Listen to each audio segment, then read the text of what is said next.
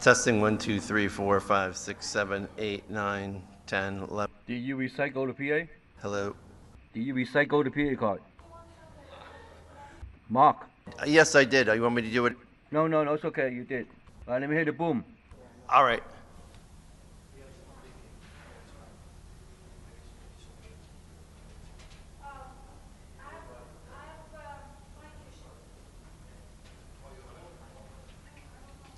Testing boom mic number 1. Test, test 1. Okay, boom one's good. Okay.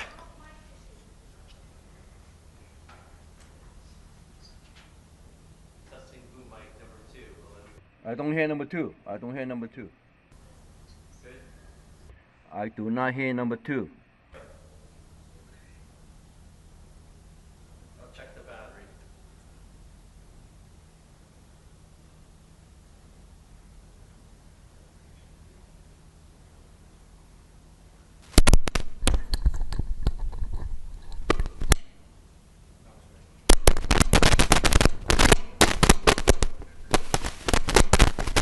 I might need a new cable. How's that sound? Crackly to me. Do you want me to come down and get a new cable?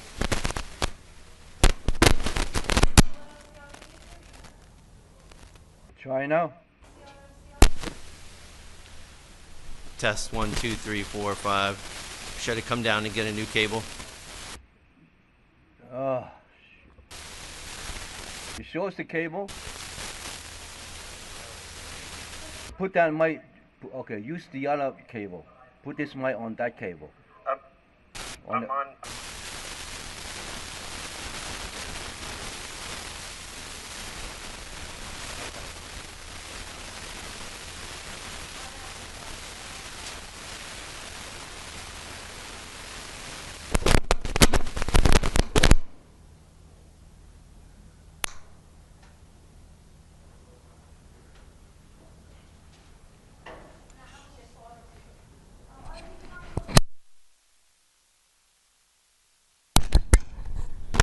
Test 1, 2, 3, 4, 5, 6, 7, 8, 9, 10. Sounds good. Okay. So it's not. So you think it's the cable? Yeah. I could try it one more time, but I think it's the cable. Try one more time. I have someone bring up the cable for you.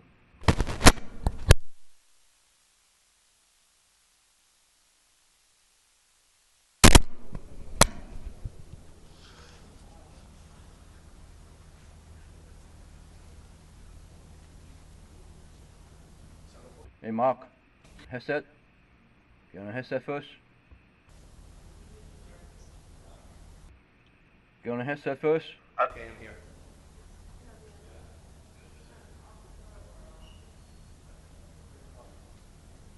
Yeah.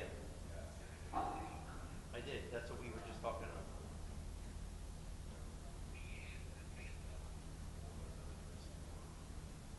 Okay, I'll try it again.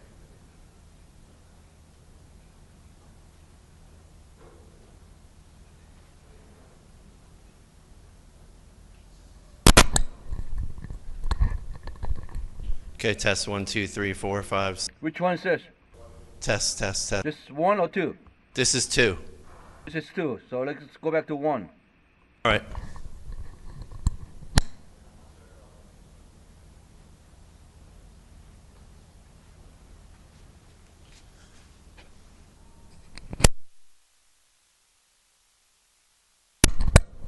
Okay, I just plugged in mic number 2 into cable number 1. Leave everything the way it is. Let's try it again. You got me all confused now. Cable one. Mic number one. Let me hear the mic number one. Okay. Don't take off anything. Leave all the mics on.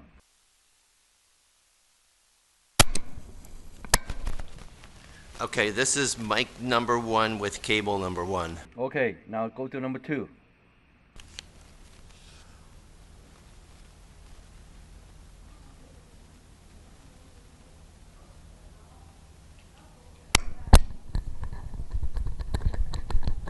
All right, this is cable number 2 with mic number 2. So both mics working good. Okay. So there's nothing wrong with the cable or anything. That's the way you hook it up. All right. Now let me hear the leg turn it one more time. Okay.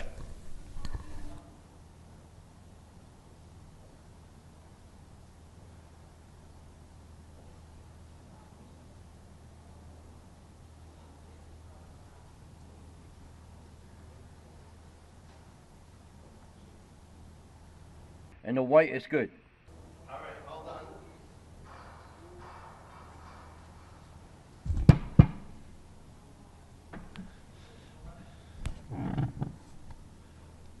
Okay, testing the podium mic. Good morning. Okay, podium's good. Okay. I set it up. We might put you up early. Okay. All right, so everything's good? All right.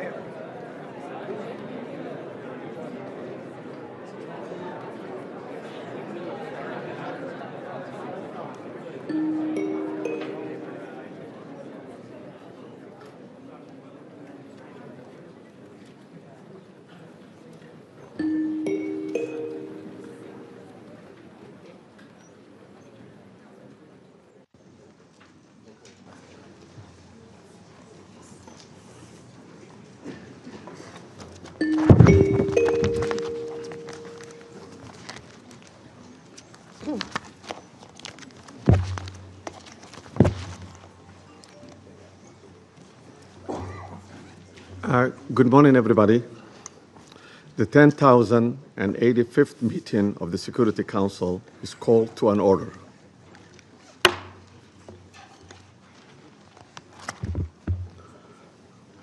As this is the first formal meeting of the Security Council this year, I should like to extend my warm wishes on the new year to all members of the Security Council, the United Nations, and the Secretariat. In presiding over this first formal meeting of the Council in 2026, I'm happy to welcome the new members, Bahrain, Colombia, Democratic Republic of Congo, Latvia, and Liberia. We look forward to their participation in the work of the Council. Their experience and wisdom will be invaluable assistance in the discharge of the Council's responsibility. I shall also take this opportunity to express the Council's gratitude to the outgoing members, namely Algeria, Guyana, Republic of Korea, Sierra Leone, and Slovenia, for their important contributions to the work of the Council during their terms. I shall also like to take this opportunity to pay tribute on behalf of the Council to His Excellency, Mr. Samuel Zobogar, a permanent representative of Slovenia, for his service as the President of the Council for the month of December. I'm sure I speak for all members of the Council in expressing deep appreciation to Ambassador Zobogar and his team for this great diplomatic skill with which they conducted the Council's business last month. The provisional agenda of this meeting is the threat to international peace and security. The agenda is adopted. In accordance with Rule 37 of the Council's Provisional Rules of Procedure, I invite the representatives of Argentina, Brazil, Chile, Cuba, Eritrea, Islamic Republic of Iran, Mexico, Nicaragua, Paraguay, South Africa, Spain, Trinidad and Tobago, Uganda, and the Bolivarian Republic of Venezuela to participate in this meeting. It's so decided. In accordance with Rule 39 of the Council's Provisional Rules of the Procedure, I invite the following briefers to participate in this meeting. Ms. Rosemary DiCarlo, the Undersecretary General for the Political and Peace-Building Affairs. Mr. Jeffrey Sachs, President of UN Sustainable Development Solutions Network and Director of Center for Sustainable Development at Columbia University, and Ms. Mercedes de Freitas, Founder and Executive Director of Transparencia Venezuela.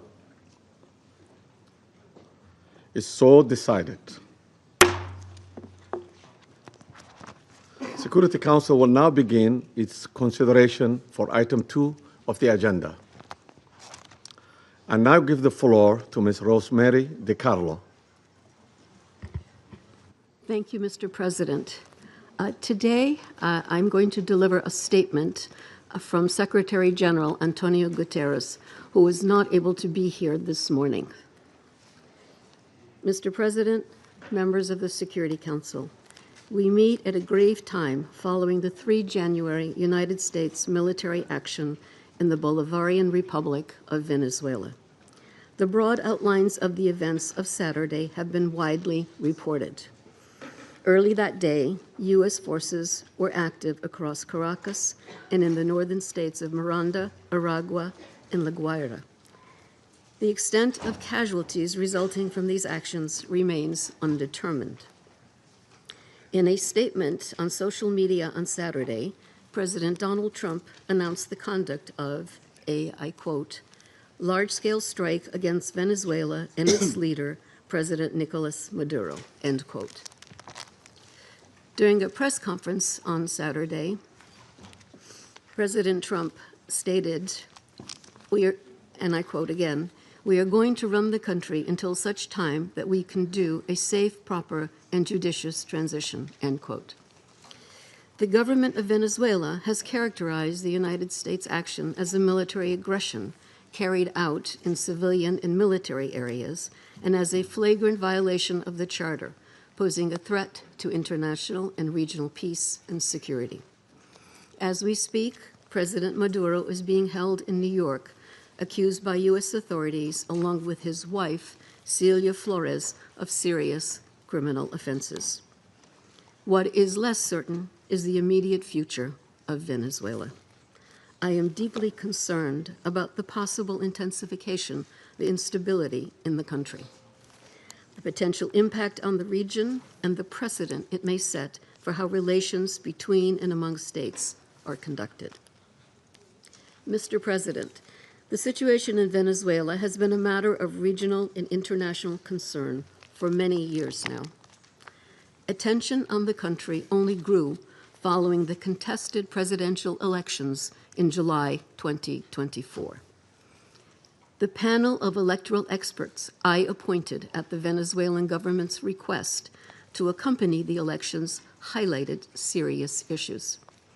We have consistently called for the full transparency and the complete publication of the results of the elections.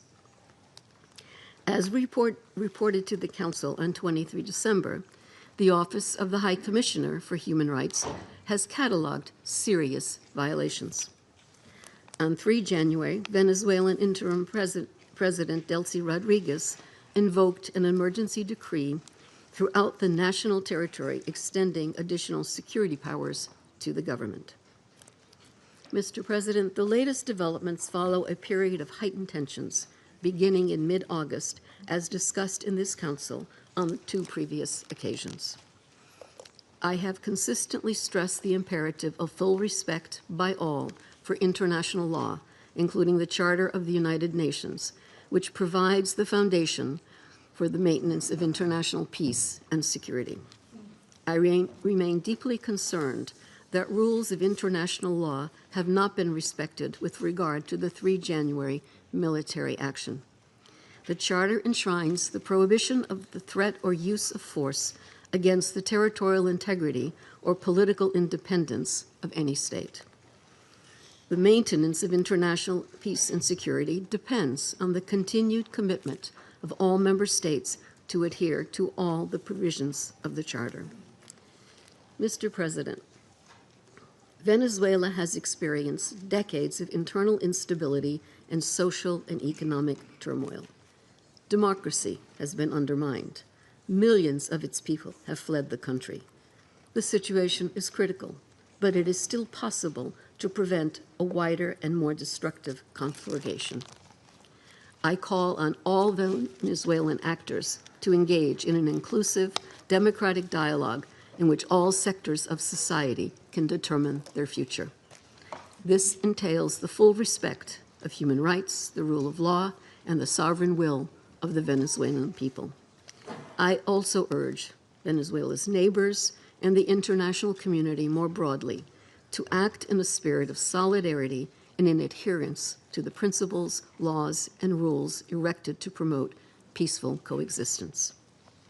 I welcome and am ready to support all efforts aimed at assisting Venezuelans in finding a peaceful way forward. Mr. President, Excellencies, in situations as confused as complex as the one we now face, it is important to stick to principles. Respect for the UN Charter and all other applicable legal frameworks to safeguard peace and security. Respect for the principles of sovereignty, political independence, and territorial integrity of states. The prohibition of the threat or use of force. The power of the law must prevail. International law contains tools to address issues such as illicit traffic in narcotics, disputes about resources, and human rights concerns. This is the route we need to take. Thank you, Mr. President. I thank Ms. DiCarlo for her briefings. I now give the floor to Mr. Jeffrey Sachs. Mr. President, distinguished members of the Security Council, the issue before the Council today is not the character of the government of Venezuela. The issue is whether any member state, by force, coercion, or economic strangulation, has the right to determine Venezuela's political future or to exercise control over its affairs. This question goes directly to Article 2, Section 4 of the United Nations Charter, which prohibits the threat or use of force against the territorial integrity or political independence of any state. The Council must decide whether that prohibition is to be upheld or abandoned. Abandoning it would carry consequences of the gravest kind. Let me offer some background. Since 1947, the United States foreign policy has repeatedly employed force, covert action, and political manipulation to bring about regime change in other countries. This is a matter of carefully documented historical record. In her book, Covert Regime Change, political scientist Lindsay O'Rourke documents 70 attempted U.S. regime change operations between 1947 and 1989 alone. These practices did not end with the Cold War. Since 1989, major United States regime change operations undertaken without authorization by the Security Council have included, among the most consequential, Iraq 2003, Libya 2011, Syria beginning in 2011, Honduras 2009, Ukraine 2014, and Venezuela from 2002 onward. The methods employed are well established and well documented. They include open warfare, covert intelligence operations, instigation of unrest, support for armed groups, manipulation of mass and social media, bribery of military and civilian officials, targeted assassinations, false flag operations, and economic warfare. These measures are illegal under the UN Charter, and they typically result in ongoing violence, lethal conflict, political instability, and deep suffering of the civilian population. The recent U.S. record with respect to Venezuela is also clear. In April 2002, the U.S. knew of and approved an attempted coup against the government. In the 2010s, the United States funded civil society groups actively engaged in anti-government protests. When the government cracked down on the protests, the U.S. followed with a series of sanctions. In 2015, President Barack Obama declared Venezuela to be, and I quote, an unusual and extraordinary threat to the national security and foreign policy of the United States. In 2017, at a dinner with Latin American leaders on the margin of the UN General Assembly, President Trump openly discussed the option of the U.S. invading Venezuela to overthrow the government. During 2017 to 2020, the United States imposed sweeping sanctions on the state oil company PDVSA. Oil production fell by 75% from 2016 to 2020, and the real GDP per capita declined by 62%. The UN General Assembly has repeatedly voted overwhelmingly against such unilateral coercive measures. Under international law, only the Security Council has the authority to impose such measures. On the 23rd of January 2019, the United States unilaterally recognized Mr. Juan Guaido as interim president, and a few days later froze approximately $7 billion of Venezuelan sovereign assets held abroad and gave the designated authority over certain of these assets. These actions form part of a continuous U.S. regime change effort spanning more than 2 decades.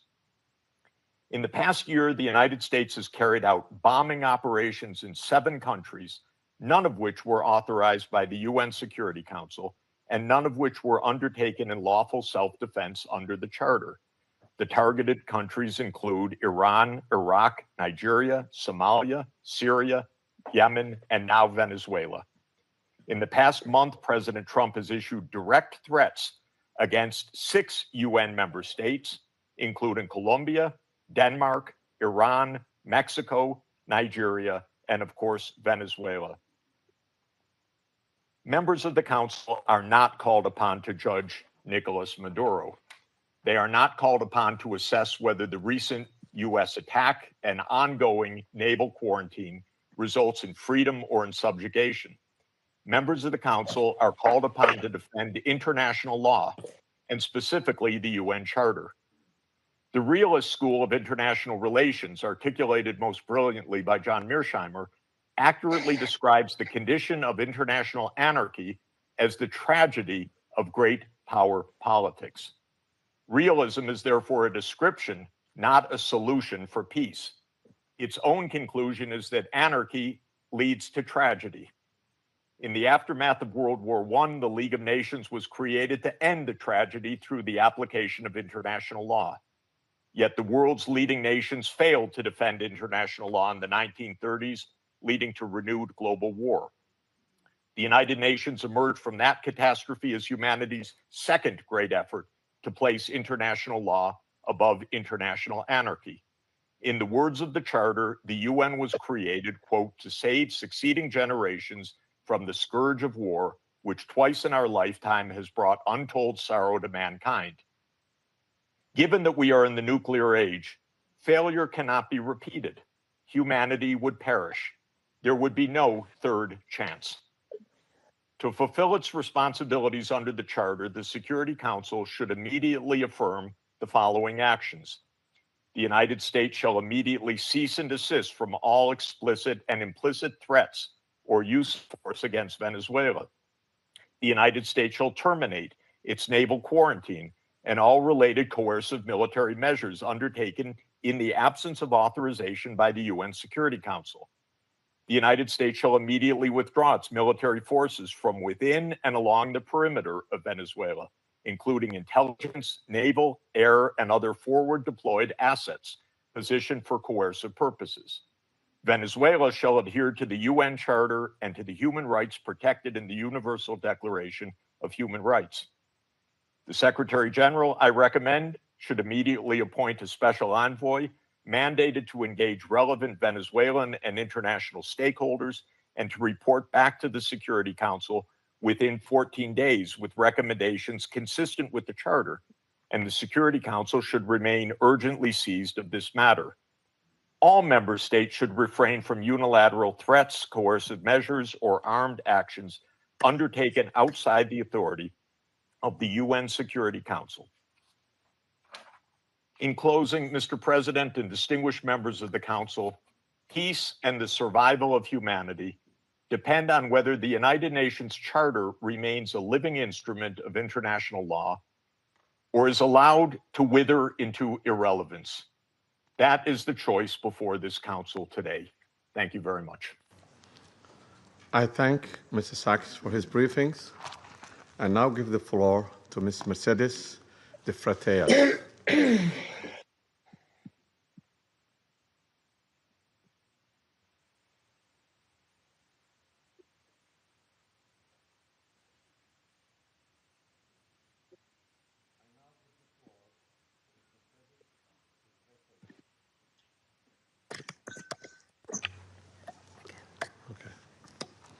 My apology. I now give the floor to Ms. Mercedes de Frateas. Good morning. I speak in Spanish.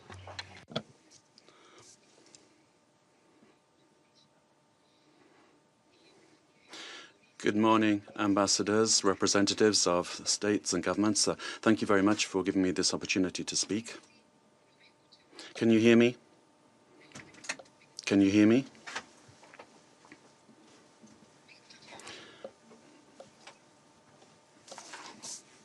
Good morning. I speak in Spanish. Buenos días, señor. Good morning, ambassadors, representatives of heads of state and government. Thank you to enable me to tell you something about Transparency Venezuela, the work that we have been doing.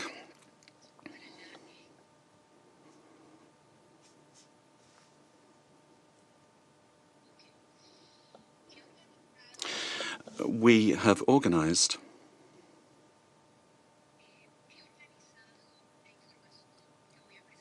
I've organized some information I'm going to put forward to you in 5 points.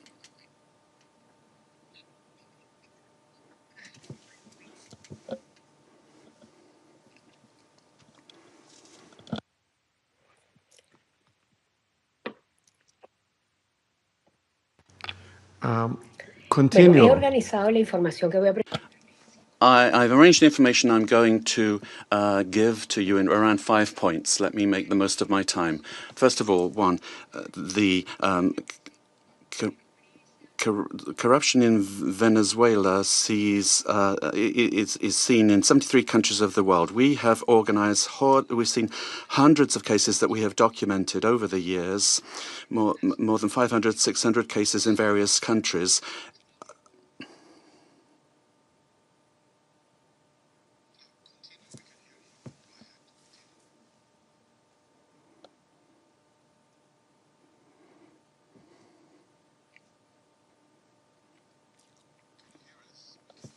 Can you hear us?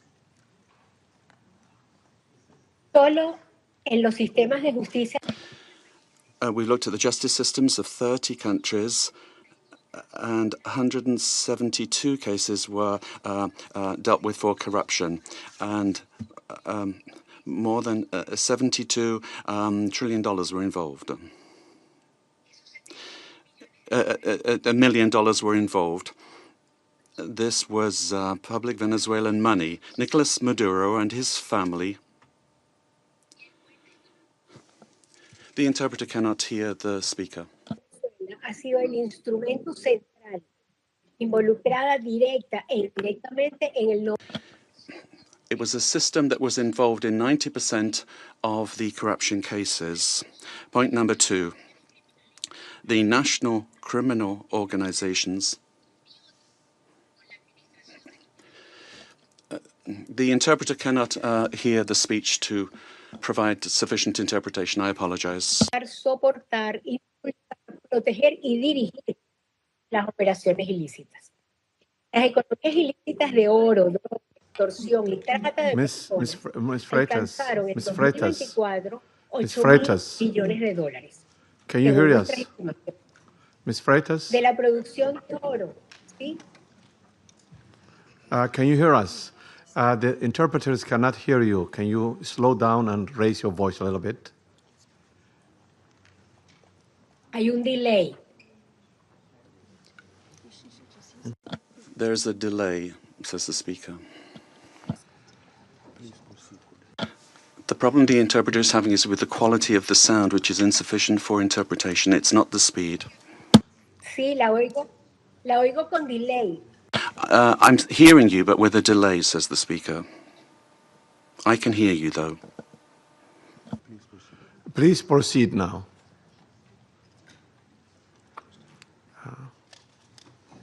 Ok, perfecto. Very well.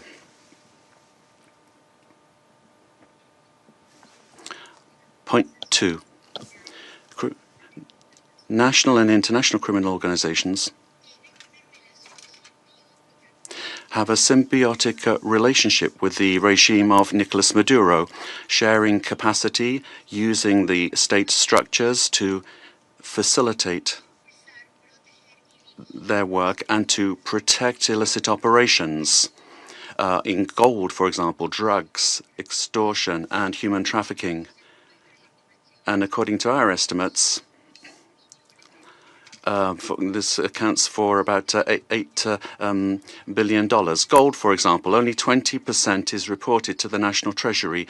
The rest goes to private accounts where there are members and allies with the government.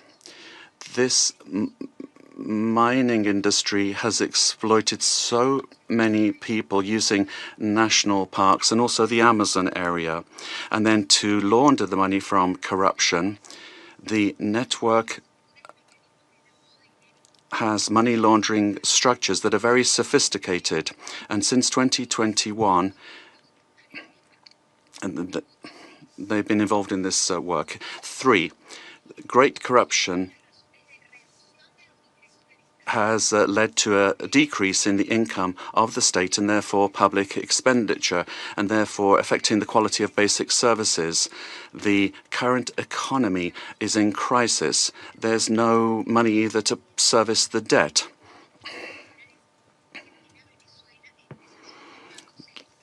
And Venezuela has been in technical default since 2017. We owe more than $15 million. 4, Venezuelans have had to learn to live with just a few hours of electricity per day in very many parts of the country. And we've learned to protect ourselves from daily extortion from the armed Colombian groups or the organized crime groups, but also elements of the state. So many families only have one meal per day below the calories that they need, affecting their nutrition, which is getting worse day by day. Humanitarian programs are not sufficient.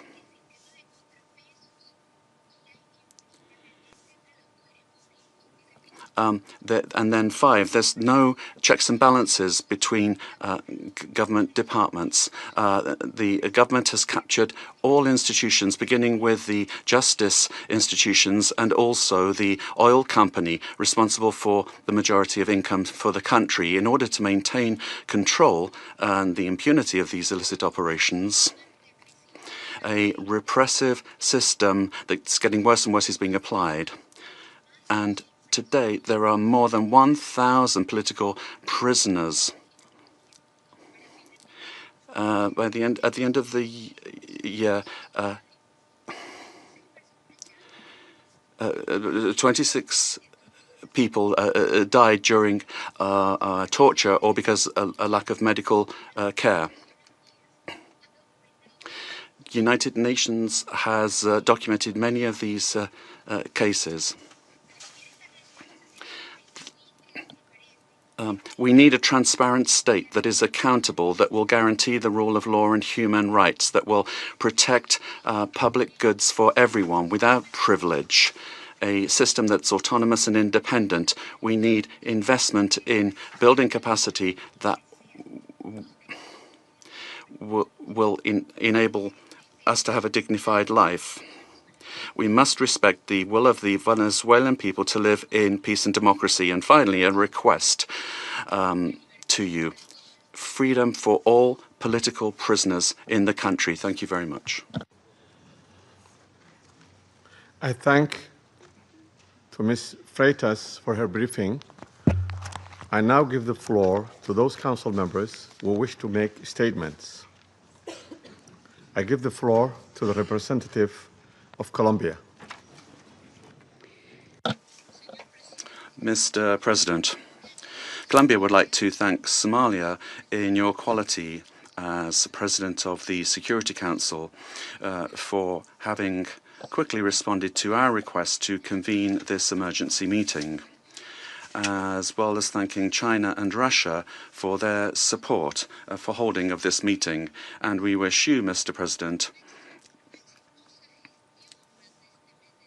a successful month managing the work of the Council at a particularly delicate time for international peace and security. I'd also like to thank Undersecretary General for Political Affairs and Peace Building of the United Nations and the invited briefers. We thank them all for their briefings. This is the first time Colombia is taking the floor in the Security Council as a non-permanent member for the period 2026-2027. Colombia is taking on this responsibility with a deep sense of duty, and we are going to do this from the first day, defending international law and the purposes and principles enshrined in the United Nations Charter. International peace and security, the peaceful settlement of disputes, the prohibition of the use of force, sovereign equality, respect for the territorial integrity and political independence of all states. Colombia condemns categorically the events that occurred in the early morning of the 3rd of January in Venezuela, where we saw multiple explosions and air activity over Caracas and other areas of the country as part of a military attack carried out by the United States, which included bombings of civilian and military infrastructure, creating panic amongst the population. All of this represents clear violations of the sovereignty, political independence, and the territorial integrity of Venezuela. There is no justification whatsoever under any circumstances for the unilateral use of force to commit an act of aggression.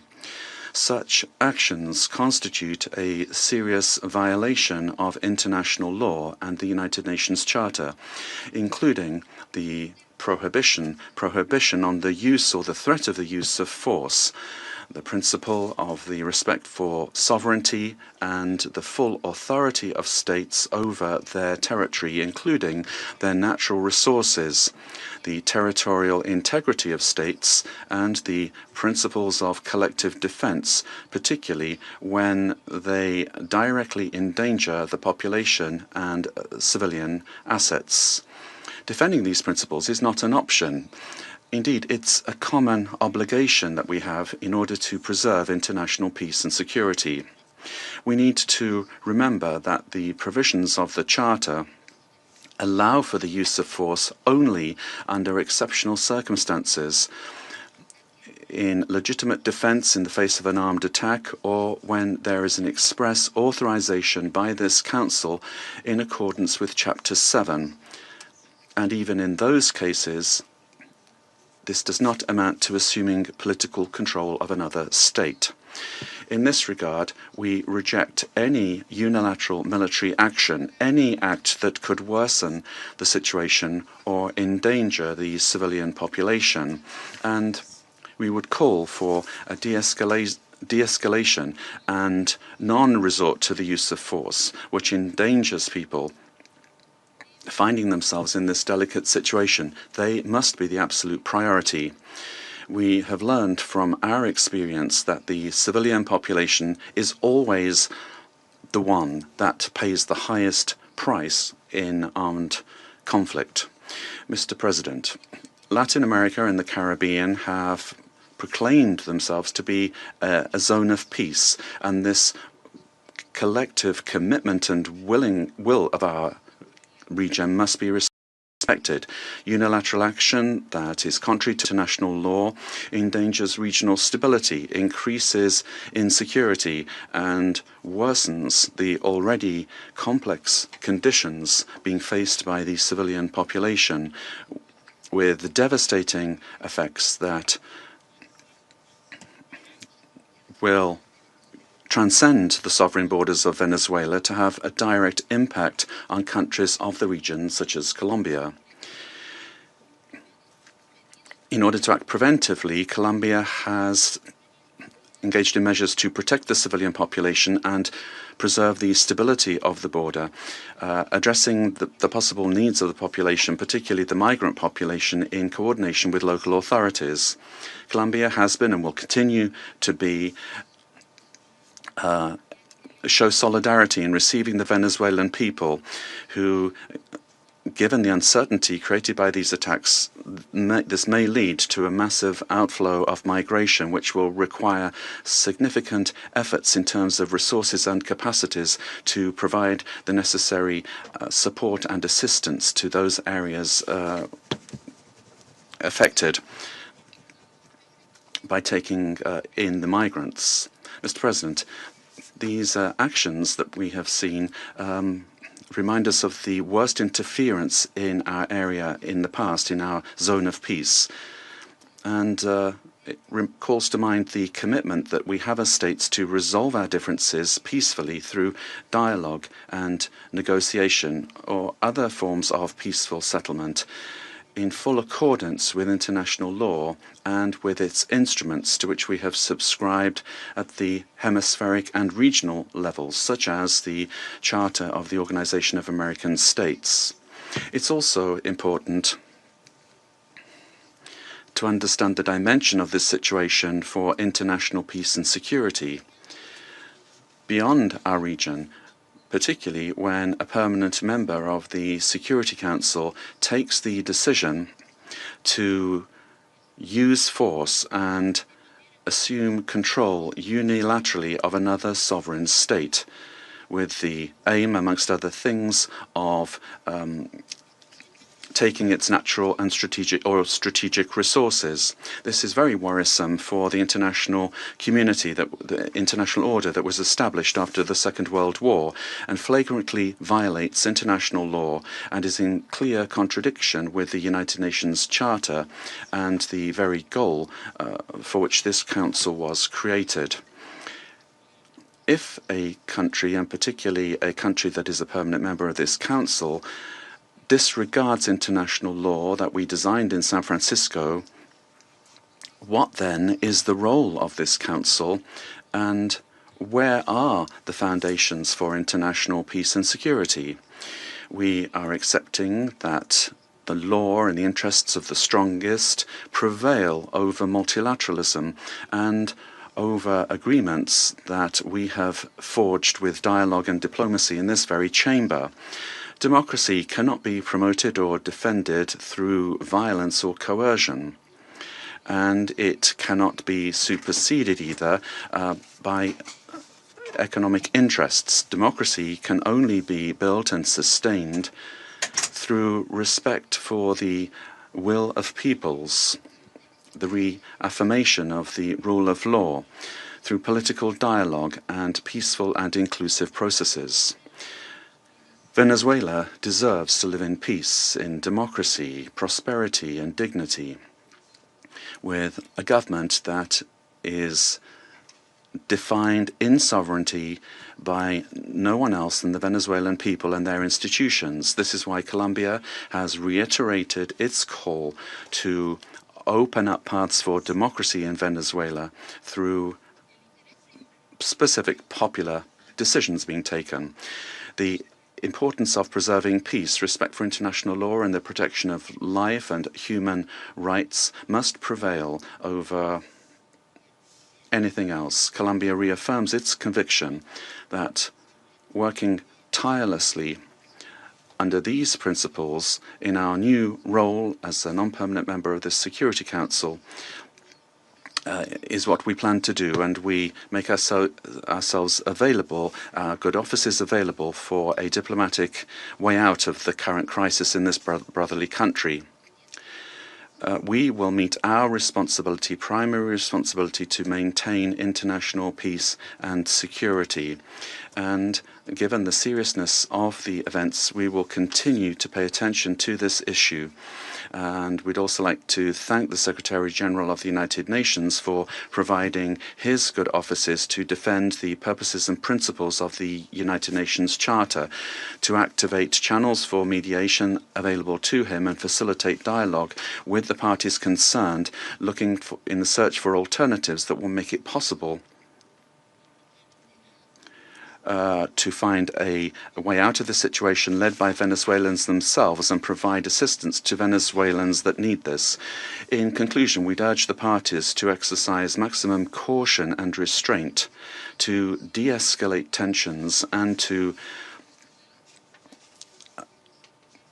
follow dialogue and diplomatic channels, and develop mechanisms to avoid continued flagrant violations of international law.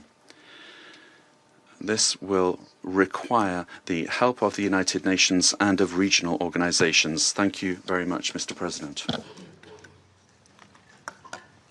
I thank the representative of Colombia for her statement and now give the floor to the representative of Russian Federation. Mr. President, first and foremost, we wish to congratulate you on your accession to the presidency of the Security Council.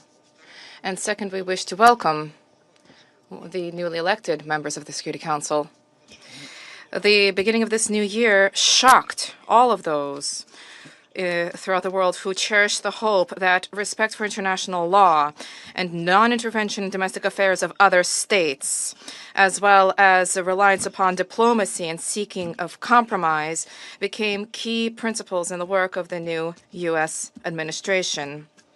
The assault against the leader of Venezuela, compounded by the deaths of dozens of Venezuelan and Cuban citizens, in the eyes of many, has become a harbinger of a turn back to the era of lawlessness and U.S. domination by force, chaos, and lawlessness, which continues to afflict dozens of states in various regions of the world.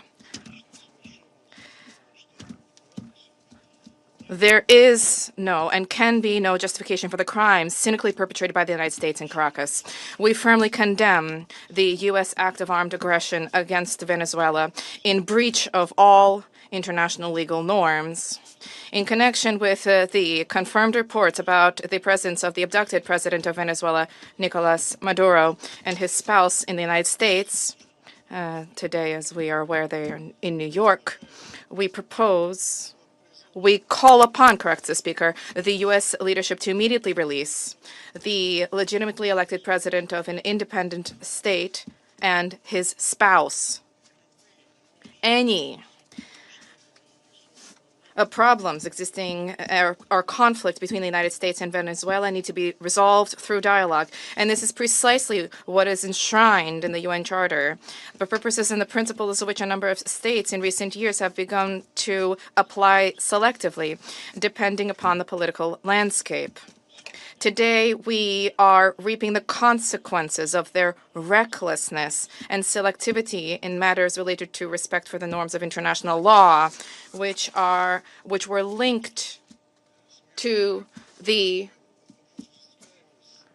so-called rules-based world order.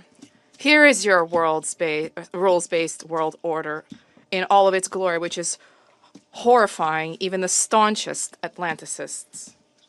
Mr. President, we extend our firm solidarity with the people of Venezuela in the face of the external aggression We firmly support and completely support the policy of the Bolivarian government, which is geared towards protection of their national interests and the sovereignty of the country. Washington's aggressive acts have already been condemned by many states and multilateral associations, including the Non-Aligned Movement, the African Union, as well as a group of friends in defense of the Charter of the United Nations. We hope that the international banditry will immediately be met with objective and comprehensive assessment at the international legal level with United Nations, universal mechanisms, and other multilateral formats being brought to bear. This process must not be impacted by the recognition or non-recognition by any given states or groups of states of the legitimacy of Nicolas Maduro. For this reason, unintelligible murmurings and attempts to avoid principled assessments by those who, in other circumstances, froth at the mouth and demand that others respect the UN Charter, today seem particularly hypocritical and unseemly. We hope you will recognize this, and we hope that you will abandon double standards and that you will not attempt to justify such an egregious act of aggression due to a fear of angering the American global gendarme, which is attempting to once again rear its head.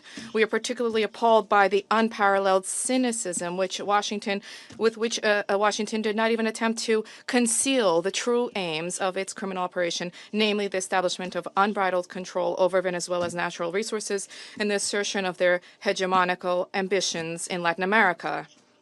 In this way, Washington is generating fresh momentum for neocolonialism and for imperialism, which were repeatedly, decisively condemned and repudiated by the peoples of this region and by the global South as a whole. Distinguished colleagues, under these circumstances, it is exceedingly important for the entire international community to unite and to definitively reject the methods and tools of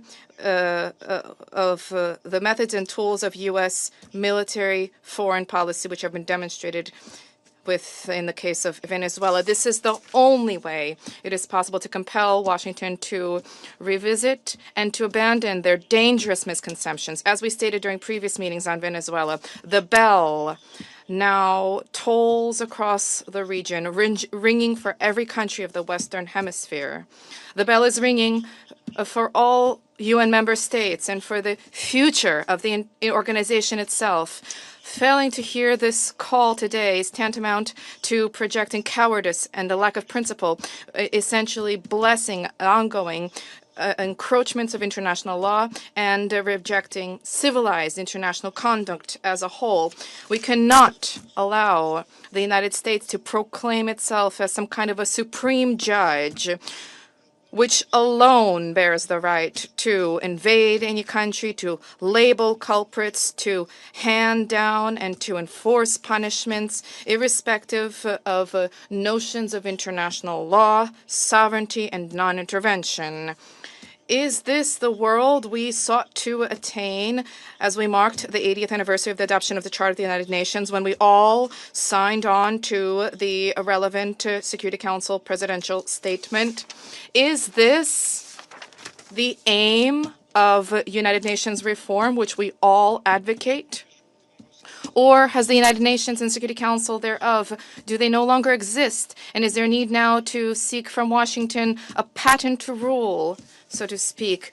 And is the self-determination of every person's and their right to determine their future worthless? These are the questions that we all must address today. And if this response is sincere, if it is principled, then perhaps the U.S. leadership, too, which openly is asserting intention to run another country for the benefit of the United States, they will perhaps glance at their own constitution, their constitution of the United States, which begins with the words, "We the people of the United States," and will begin, in fact, to recognize the sovereignty of other states rather than deposing inconvenient regimes. Thank you. I thank the representative of Russian Federation and now give the floor to the representative of China. President, China supports the Security Council holding an emergency meeting regarding the United States military strikes on Venezuela. And thanks USG DiCarlo for reading out the briefing of the Secretary General Guterres. I have listened carefully to the statements of the briefers, and we welcome to this meeting the permanent representative of Venezuela and representatives of other countries. On January the 3rd, the United States blatantly launched large-scale military strikes against Venezuela, forcibly seized Venezuelan President Nicolas Maduro and his wife, and took them out of the country. It claimed that it will run Venezuela and even didn't rule out launching a second round of military operations on an even larger scale.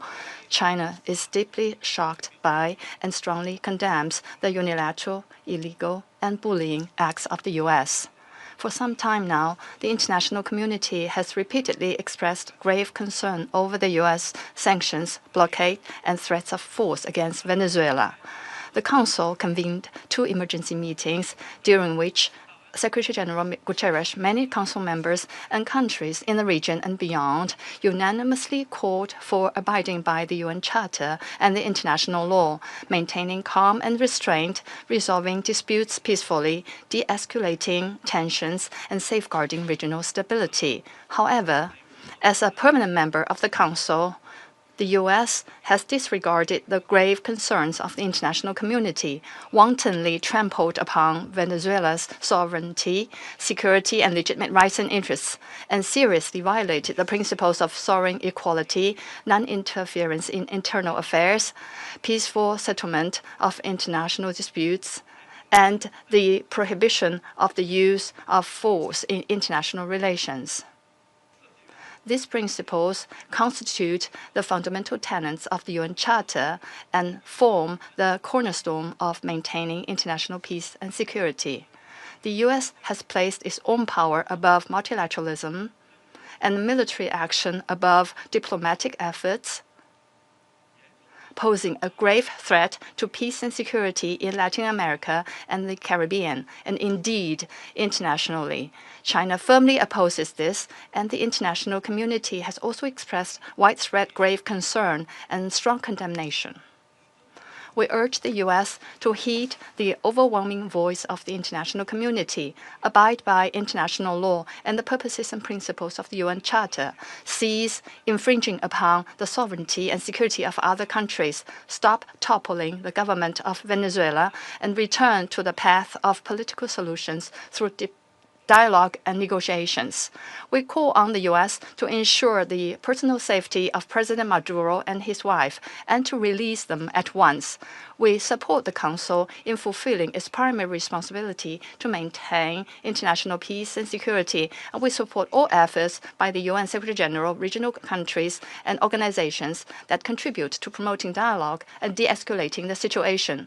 President, the lessons of history are a stark warning. Military means are not the solution to problems, and the indiscriminate use of force will only lead to greater crisis. The U.S. bypassed the Council to launch military operations against Iraq, blatantly attacked Iran's nuclear facilities, and imposed economic sanctions, military strikes, and even armed occupations on multiple countries in Latin America and the Caribbean. These actions have caused persistent conflict, instability, and immense suffering for the ordinary people. Did these actions bring peace and stability? Did they bring development and prosperity? The international community sees this clearly. Venezuela is an independent sovereign state with every right to defend its sovereignty and national dignity. Countries in Latin America and the Caribbean are important forces in maintaining world peace and stability and promoting global development and prosperity, and they have every right to independently choose their development paths and partners. No country can act as the world's police, nor can any state presume to be the international judge. China firmly supports the government and people of Venezuela in safeguarding their sovereignty, security, and legitimate rights and interests. We firmly support the regional countries in upholding the status of Latin America and the Caribbean as a zone of peace. We demand that the United States change its course, cease its bullying and coercive practices and develop relations and cooperation with regional countries on the basis of mutual respect, equality, and non-interference in international affairs. China stands ready to work with the regional countries and the international community to strengthen solidarity and cooperation, uphold fairness and justice, and jointly safeguard peace and stability in Latin America and the Caribbean. I thank you, President. I thank the representative of China for the statement and now give the floor to the representative of Liberia. Thank you, Mr. President. I have the honor to deliver this statement on behalf of the A3 members, namely the Democratic Republic of Congo, Somalia, and my own country, Liberia. We thank the Presidency for promptly convening this important meeting. We congratulate Somalia on assuming the presidency of the Security Council this month and warmly welcome all new members. The A3 appreciates USG DiCarlo's comprehensive briefing and listened carefully to the remarks offered by civil society representatives. We also welcome the representative of Venezuela and the representatives of the region to this meeting. Mr. President, the A3 aligns itself with the recent communique of the African Union on the situation in the Bolivarian Republic of Venezuela and continues to monitor developments there with deep concerns. In particular, we note reports regarding the detention of President Nicolas Maduro and his wife and incidents involving Venezuelan institutions. Such developments present serious challenges not only to Venezuela's internal stability, but also underscore the imperative to safeguard the broader peace and security of the region. The A3 remains steadfast in its commitment to the fundamental principles of international law, including the full respect for the sovereignty and territorial integrity of states as enshrined in the Charter of the United Nations in the interest of regional stability and international peace.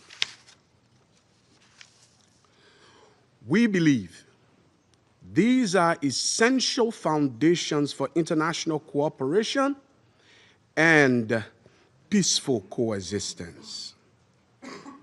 Our position underscores the importance of dialogue, the peaceful settlement of disputes, and respect for constitutional and institutional frameworks. Mr. President, the complex situation in Venezuela requires a comprehensive response that is both inclusive and nationally owned. We continue to hold that a sustainable and peaceful resolution can only be found through constructive dialogue among Venezuelans themselves, with genuine respect for the aspiration and rights of the Venezuelan people, and with the constructive support of the international community.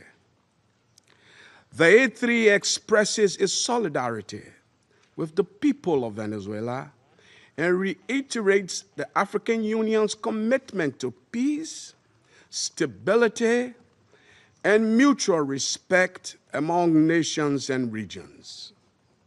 It's important for all parties, both within Venezuela and in the broader international community, exercise restraint and responsibility, upholding international law, and avoiding any action that could escalate tension or threaten regional stability. The A3 stands ready to support all efforts within this Council and in cooperation with regional partners to facilitate a peaceful, inclusive, and lasting resolution to the situation in Venezuela. I thank you. I thank the representative of Liberia for the statement and now give the floor to the representative of the United States. Mr. President, thank you for chairing. And I particularly want to thank you, Mr. Freitas, for your briefing. And I'll point out that Mr. Freitas is in exile, having fled the regime. Thank you for your courage, and thank you for shedding a light on the true atrocities of the illegitimate Maduro regime. This past weekend, colleagues, the United States successfully carried out a surgical law enforcement operation facilitated by the U.S. military against two indicted fugitives of American justice, narco-terrorist Nicolas Maduro and Celia Flores. Colleagues, Nicolas Maduro is responsible for attacks on the people of the United States, for destabilizing the Western Hemisphere, and illegitimately repressing the people of Venezuela. As Secretary Rubio has said, there is no war against Venezuela or its people. We are not occupying a country. This was a law enforcement operation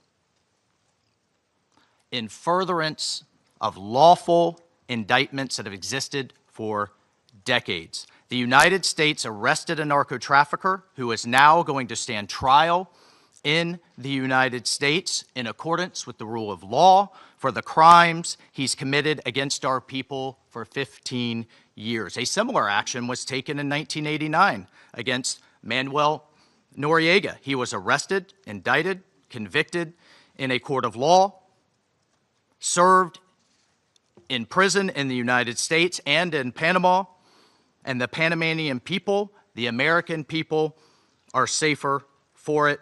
And undeniably, the region was more stable. This law enforcement action was directed consistent with the President of the United States' responsibility as Commander-in-Chief to protect Americans at home and abroad against a fugitive who is directly responsible for narcoterrorism that has killed hundreds of thousands of Americans and created destabilizing violence throughout our hemisphere. Nicolas Maduro and his co-defendant, Celia Flores, have been transferred here to the United States to stand trial for their crimes. Maduro was indicted by a grand jury in the Southern District of New York and faces very serious criminal charges for his involvement in a wide-ranging conspiracy to conduct narcoterrorism, to traffic cocaine and other drugs, and conducting international weapons trafficking. The overwhelming evidence of his crimes will be presented openly in U.S. court proceedings. Colleagues, Maduro is not just an indicted drug trafficker. He was an illegitimate so-called president. He was not a head of state. For years, Maduro and his cronies have manipulated Venezuela's electoral system to maintain their illegitimate grip on power. In fact, just 2 years ago in 2024, a UN panel of experts report found that the election in that year was absolutely and completely a farce and fell well short of the most basic transparency and integrity measures essential to upholding credible elections. If the UN And the United Nations in this body confers legitimacy on an illegitimate narco-terrorist, and the same treatment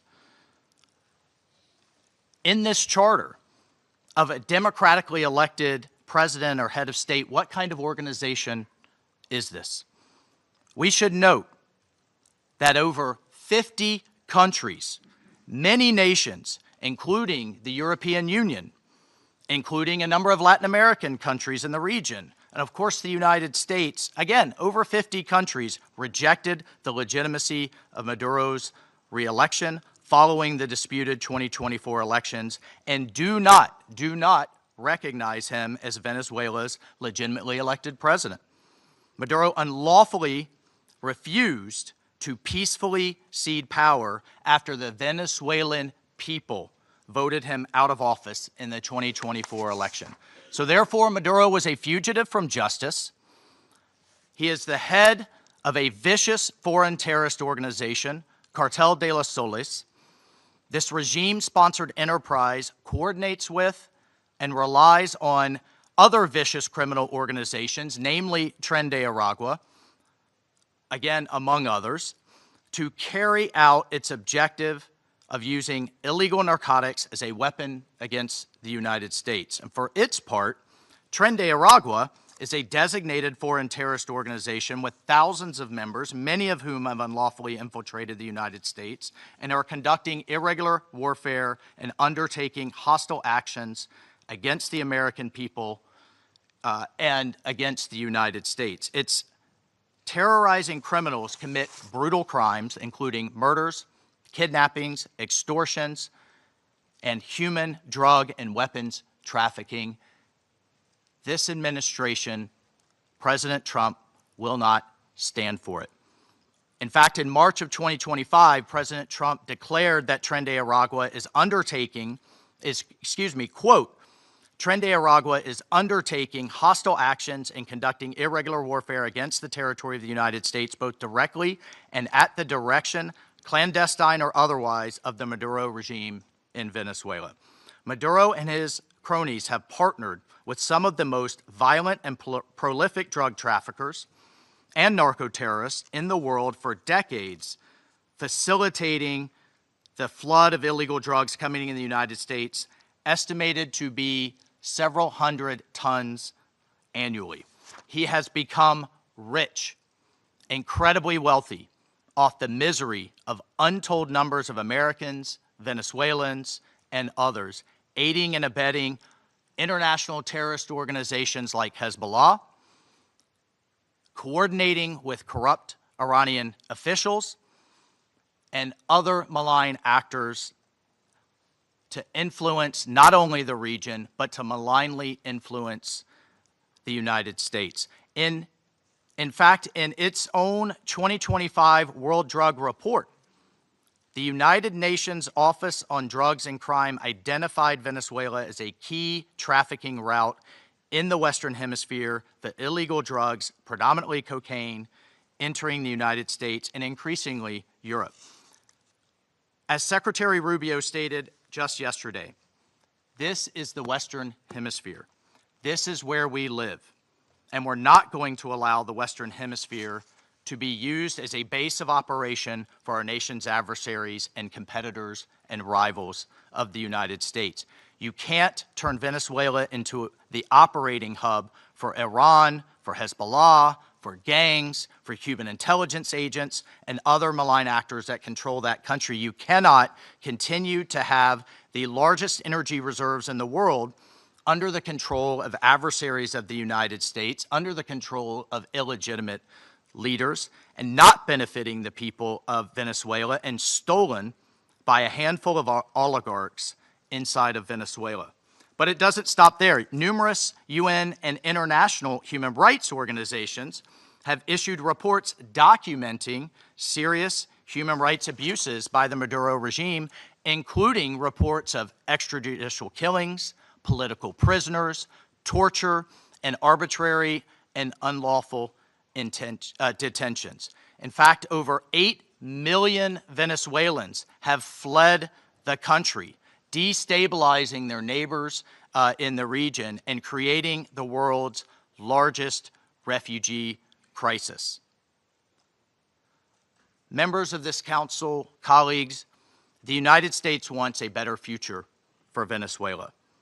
We believe a better future for the people of Venezuela and for the people of the region and the world is stabilizing the region and making the neighborhood that we live in a much better and safer place. And this is why millions of Venezuelans that have fled this brutal regime are celebrating and cheering around the world as this body pontificates, including those celebrating are including in my home state of Florida, where hundreds of thousands of Venezuelans have fled this regime's brutality. I want to reiterate, President Trump gave diplomacy a chance. He offered Maduro multiple off-ramps. He tried to de-escalate. Maduro refused to take them. President Trump made it clear that the narco-terrorism must stop, and yet it continued. The United States will not waver in our actions to protect Americans from the scourge of narco-terrorism and seeks peace, liberty, and justice for the great people of Venezuela. I thank you, Mr. President. I thank the representative of the United States and now give the floor to the representative of Panama. Gracias, señor. Thank you, Mr. President. We'd like to extend a warm welcome to the representatives of Bahrain, Colombia, Liberia, Latvia, and the Democratic Republic of Congo, and who have joined the Security Council as elected members and who are joining us today in the chamber. And we congratulate Somalia on assuming the presidency of the Security Council this month. We'd like to thank Under Secretary General for Political Affairs, Rosemarie DiCarlo, for her detailed report representing Secretary General Antonio Guterres. She's briefed us on the situation under discussion today. We're also very grateful for the very valuable presentations by Mr. Jeffrey Sachs and Ms. Mercedes de Freitas. In this context, the Republic of Panama would like to refer to the situation that has taken place in the territory of the Bolivarian Republic of Venezuela, which is of concern due to its possible impact on peace and regional stability. However, in the light of the unfortunate reality of the facts that we have seen, we now need to turn our attention constructively towards the future of Venezuela. However, it's important to point out that in terms of a constant principle of our foreign policy, Panama would like to reiterate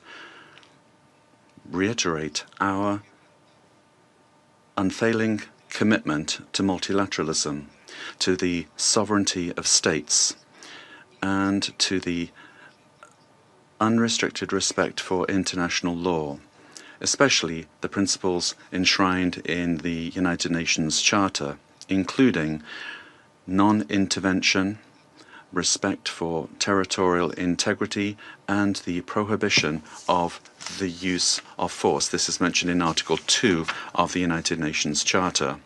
These principles are, and they continue to be, the indispensable framework for the peaceful coexistence between nations. Panama also believes it's necessary to highlight that the situation Venezuela is facing is unfolding in an environment marked by the disregard for the will of its people, as well as by a sustained erosion of democratic institutions. In this regard, Panama reiterates that it does not and will not recognize the authoritarian and illegitimate regime that has held Venezuelan men and women hostage, plunged them into one of the gravest political, social, humanitarian, and security crises in our region. Unfortunately, we have witnessed how the situation has gradually deteriorated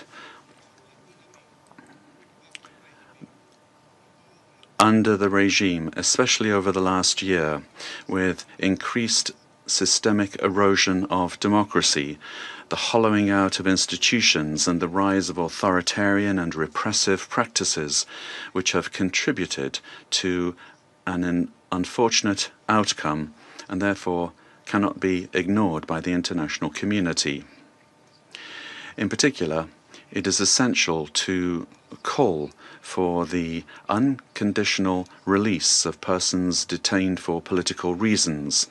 Many of them have been deprived of their liberty merely for raising their voices in a context in which dissent is not tolerated.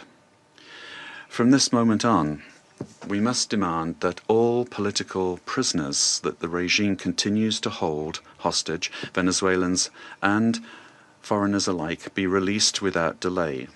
Their physical well-being and safety must be guaranteed. Likewise, freedom of expression and the unequivocal respect for human rights must be immediately ensured. In this context, Panama underscores that its position does not stem solely from a principled democratic solidarity, but also from direct impact.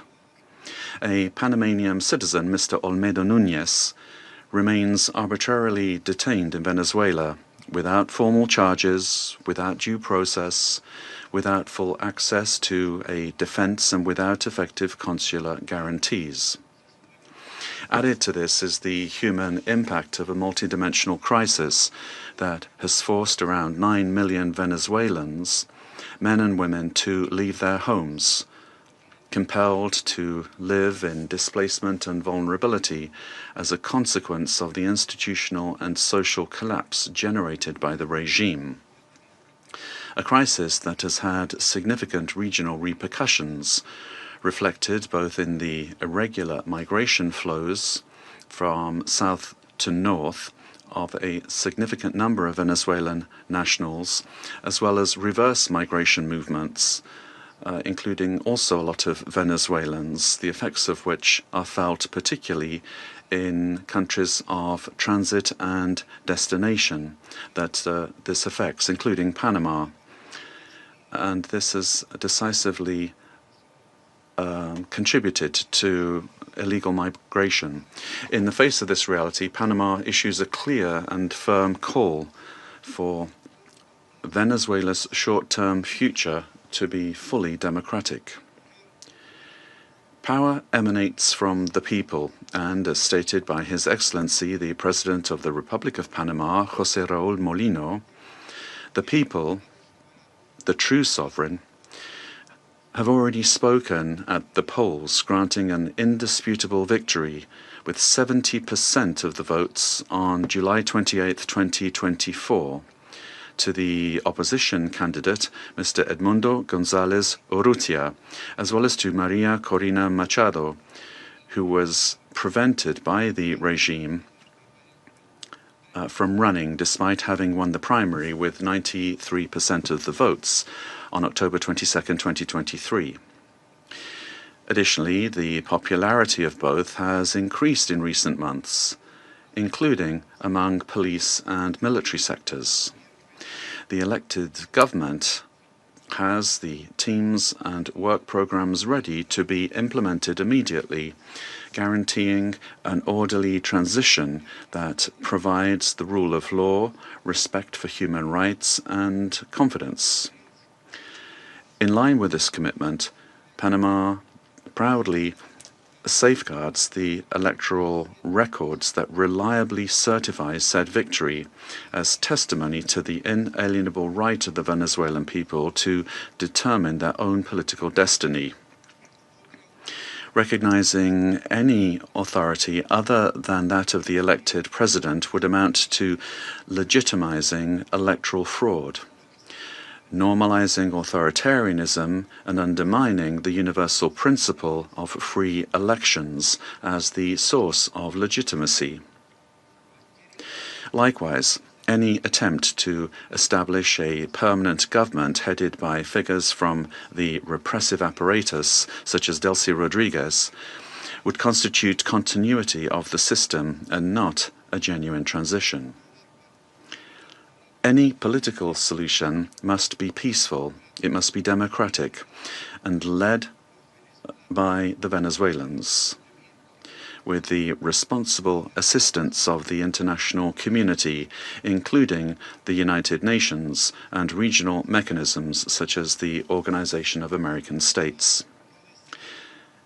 Panama does not wish and would like to avoid a scenario in which Venezuela's reality simply evolves into a change from one crisis to another, one crisis replacing another. There can be no genuine transition with Madurismo if it remains, or if we have the same power structures preserved under new names. Any arrangement that keeps figures associated with the repressive apparatus at the center of governance would, in practice, constitute continuity of the system and not a real transition. Comparative experience shows that merely nominal transitions tend to prolong conflicts, intensify migratory flows, and perpetuate regional instability to the detriment of international peace and security.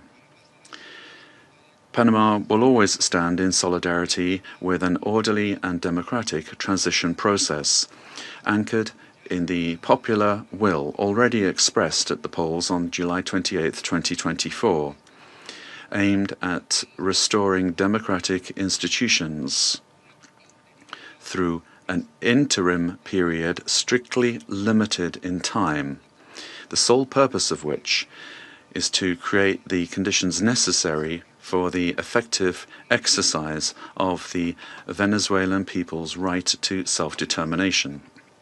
As a country that recovered its democracy and sovereignty, Panama can state clearly that there can be no peace without legitimacy, nor legitimacy without democracy, and that every democracy is ultimately based on respect for the popular will. Mr. President, Panama, due to our commitment to multilateralism and international law, in its capacity as member of the Security Council, will continue to contribute responsibly to collective efforts aimed at preserving peace, strengthening democracy, and supporting legitimate and sustainable solutions anchored in the sovereign will of peoples and respect for international law. Thank you very much. I thank the representative of Panama for the statement and now give the floor to the representative of Latvia.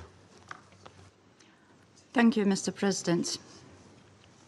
At the outset, I would like to congratulate Somalia on assuming the presidency of the United Nations Security Council in January, and wish you all success. Latvia takes its seat on the Council with a profound sense of honor and responsibility for this role. And let me thank Under-Secretary General Rosemarie DiCarlo for today's briefing on behalf of the Secretary General, and I thank the invited briefers. The Security Council bears primary responsibility for the global efforts to uphold peace, security, and rule of law worldwide. Latvia recalls that under all circumstances, the principles of international law and the UN Charter must be upheld. All efforts now focus on ensuring de-escalation and stability in Venezuela, based on inclusive dialogue and broad societal support.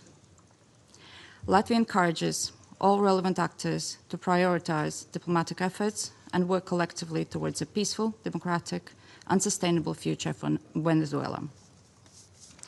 Latvia stands in solidarity with the people of Venezuela and their right to freedom and democracy, rights that were not respected by the Maduro regime during 2024 presidential elections and before, and which remain unmet to this day. The regime of Nicolas Maduro was rooted in mass repression, corruption, organized crime, including drug trafficking, and posed a grave threat to security of the region and the world. it has repeatedly violated the UN Charter and undermined international law, including through open support for Russia's aggression against Ukraine. The Maduro regime does not represent the will of the Venezuelan people and has relied on widespread, systematic repressions of human rights across the country to maintain power. 8 million Venezuelans have been forced to flee the country since 2014. Latvia also remains committed to working jointly together with partners to counter global transnational organized crime networks, including in Latin America and Caribbean. Such criminal activities place the lives of countless people at grave risk, particularly women and children. Addressing these challenges requires sustained cooperation in full respect of international law. Latvia continues to closely monitor the situation in Venezuela and stands prepared to continue working with its partners to support a peaceful, democratic, and just transition that reflects the aspirations of the Venezuelan people. And I thank you. I thank the representative of Latvia for her statement and now give the floor to the representative of Denmark. Thank you, Mr. President. And let me also thank Undersecretary General Di Carlo for her briefing on behalf of the Secretary General. We also listened carefully to the briefing by Ms. de Freitas and Mr. Sachs. Mr. President, Denmark joins the Secretary General in expressing deep concern over the evolving situation in Venezuela.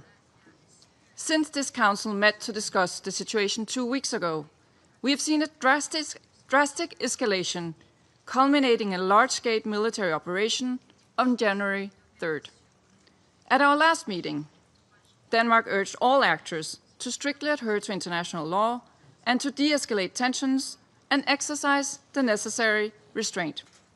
Today, we echo the Secretary General in his concern regarding the worrying implications of this military action.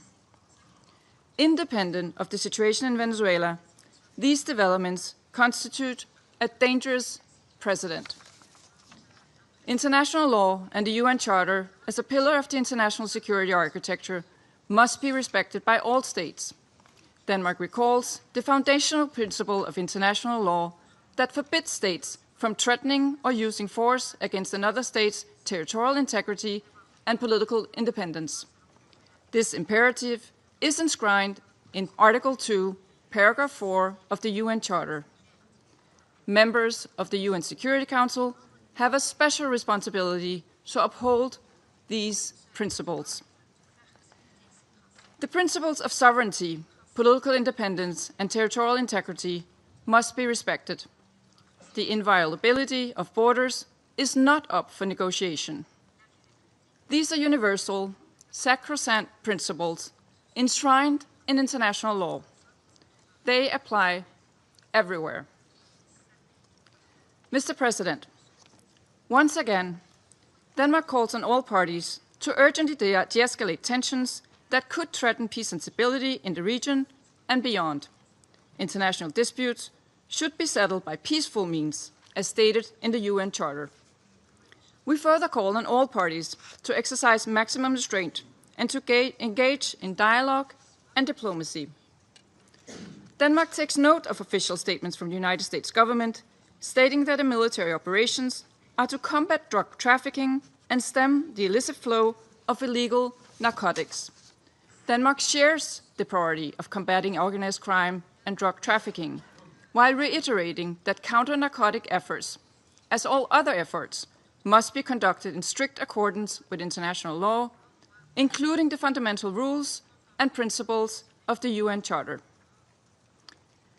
Mr. President, against this backdrop, Denmark wishes to recall our solidarity with the people of Venezuela. Denmark does not recognize Nicolas Maduro as the legitimate president of Venezuela, following the lack of transparency and integrity in the 2024 presidential elections, which failed to meet basic democratic standards. In Maduro's attempts to cling to power, his authoritarian regime grew increasingly oppressive. His regime bears responsibility for widespread and systematic violations of human rights against his fellow citizens, and he should be held accountable.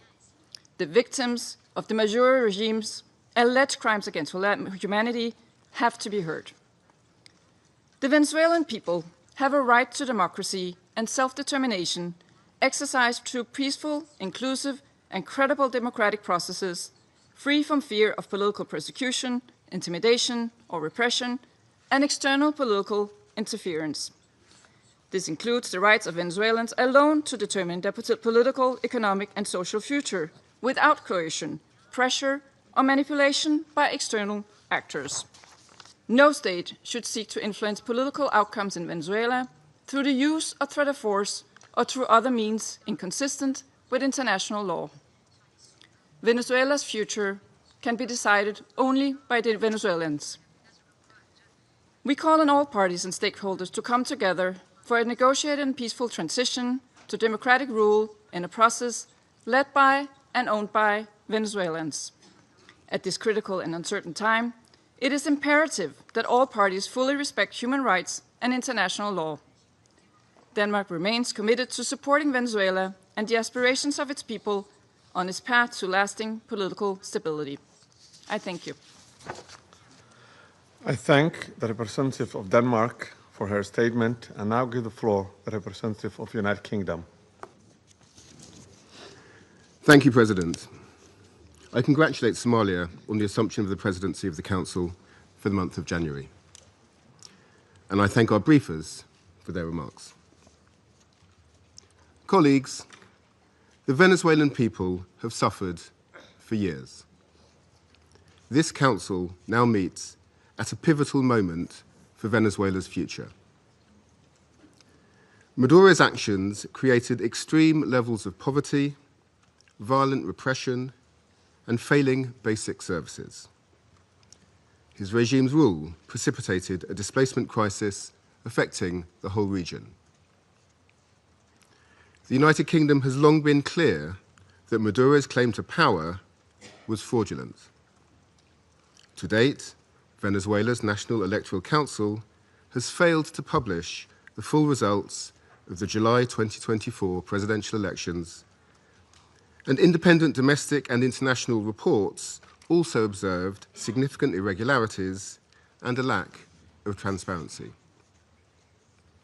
President, the United Kingdom wants to see a safe and peaceful transition to a legitimate government that reflects the will of the Venezuelan people. They deserve a government which reflects their vote at the ballot box and delivers a more stable, prosperous future for all Venezuelans. Finally, President, the United Kingdom reaffirms its commitment to international law and the principles enshrined in the Charter of the United Nations. These foundations are essential for maintaining global peace, security, and the rule of law. I thank you. I thank the representative of the United Kingdom for his statement and now give the floor to the representative of France. Merci, Monsieur le Président. Thank you, Mr. President. First and foremost, I wish to congratulate you upon your presidency of the Security Council during the month of January. I also wish to thank Madam Rosemary DiCarlo for having conveyed to us the information from the Secretary General of the United Nations on the recent developments which have taken place in Venezuela. Mr. President, France has continued to stand in solidarity with the Venezuelan people as they face the crisis that has been plaguing them for far too many years. Specifically, and in particular, since the summer of 2024, on the 20th of July, 2024, the Venezuelan people exercised their right to vote peacefully in order to shape the future of their country. Their right to choose their leaders, nonetheless, has been stripped away from the people by Nicolas Maduro. Must we recall the facts? The electoral process has been was marred by numerous irregularities, and the final counting of votes was marred by a flagrant lack of transparency. In light of the democratic aspirations of the Venezuelan people, Nicolas Maduro has systematically responded with the repression of dissident voices, of members of the opposition, and of civil society, as well as with numerous arbitrary detentions. France has always expressed itself with clarity about the fact that these practices are unacceptable and that respect for human rights must be upheld. Mr. President, the military operation which has led to the capture of Nicolas Maduro runs counter to the principle of peaceful dispute resolution and runs counter to the principle of non-use of force. The proliferation of violations of the Charter of the United Nations and of violations of international law by states vested with responsibility as permanent members of the Security Council chips away at the very foundation of the international order. Contravening the principles of the Charter, including the principle of respect for independence and the territorial integrity of states, undermines the foundation of the United Nations and weakens international peace and security. France remains faithful and committed to respect for the Charter of the United Nations and of the principle of peaceful dispute resolution. We have an obligation to uphold these principles at all times and in all places. Respect for these principles is indispensable. Mr. President, France wishes to reiterate our commitment to respect for the will of the Venezuelan people. The transition which is currently being opened up for Venezuela needs to be peaceful and democratic and carried out in a manner which respects the choice of the Venezuelan people, a sovereign people. This transition must be led by and for the Venezuelans. France stands ready, alongside states in the region and our partners at the European Union, to uphold dialogue with a view to the restoration of the free, democratic expression in Venezuela. We stand ready to support regional stability. This also needs to be the role of the Security Council. Thank you. I thank the representative of France for the statement and now give the floor to the representative of Bahrain. سيد الرئيس أود بداية Mr. President, I wish to take this opportunity to congratulate first and foremost the Federal Republic of Somalia on its presidency of the Security Council during this month of January. We wish you every success. We also wish to take this opportunity to thank delegations whose mandate at the Council ended, namely Algeria, Guyana, the Republic of Korea, Sierra Leone, as well as Slovenia. We wish to thank them for their significant contributions to the attainment of the goals and the mission of the Council. I also wish to thank Madam Rosemary DiCarlo, Undersecretary General for Political and Peacebuilding Affairs, for her valuable briefing related to the latest developments which have taken place at in the Bolivarian Republic of Venezuela, and I wish to thank other briefers as well. We appreciate the reaffirmation by His Excellency the Secretary General of the United Nations, reaffirmation of the commitment to the fundamental principles of the Charter of the United Nations, a commitment to the peaceful diplomatic resolution of disputes. The Kingdom of Bahrain supports the call of the Secretary General for all stakeholders in Venezuela to engage in inclusive dialogue which guarantees respect for international law, and this in order to ease tensions, to preserve regional stability, and to avoid any potential adverse repercussions for security and stability in the region. The Kingdom of Bahrain also extends its support for efforts undertaken at the regional and international levels in order to reduce tensions and to enhance diplomatic means in order to provide for international peace and security. The Kingdom stresses the importance of the promotion of international cooperation in order to support all regional and international efforts which are geared towards combating international organized crime, trafficking in drugs, as well as scourges which are related to this. This undermines the stability of societies, undermines achievement of sustainable development. Therefore, these issues need to be dealt with in accordance with international relevant conventions. By way of conclusion, the Kingdom of Bahrain reaffirms our support for regional and international efforts to achieve a political, lasting solution in the Bolivarian Republic of Venezuela. This needs to be achieved through regional cooperation and with respect for national sovereignty. The goal is to provide for security and stability in Venezuela, to avoid risks of conflict and division, to protect civil peace, and to contribute to the preservation of regional security and stability, as well as international peace and security. Thank you, Mr. President. I thank the representative of Bahrain for the statement and now give the floor to the representative of Pakistan. Thank you, Mr. President. Allow me to begin by congratulating Somalia on its assumption of the presidency for this month and assuring you of my delegation's full support and cooperation. We welcome the new members joining the Council. I thank Undersecretary General Rosemary DiCarlo for reading out the remarks of the Secretary General and the valuable briefing. We also take note of the views shared by Mr. Jeffrey Sachs and Ms. Mercedes de Freitas. I welcome the participation of the permanent representative of Venezuela alongside the representatives of other countries from the region and beyond in the meeting. Mr. President, Pakistan views the recent developments in Venezuela with profound concern. In a world already beset by multiple crises, escalating tensions and instability in the Caribbean do not augur well for regional and international peace and security. The UN Charter enjoins us to refrain from the threat or use of force against the territorial integrity or political independence of any state. The UN Charter also binds member states to sovereign equality, non-interference in the internal affairs of others, and settlement of international disputes by peaceful means. Unilateral military action contravenes these sacrosanct principles and the doctrine of sovereign immunity. Such actions set dangerous precedents that risk eroding the foundations of the global legal framework. They also fuel instability, which, as history has shown time and again, can lead to unpredictable and uncontrollable outcomes for years to come.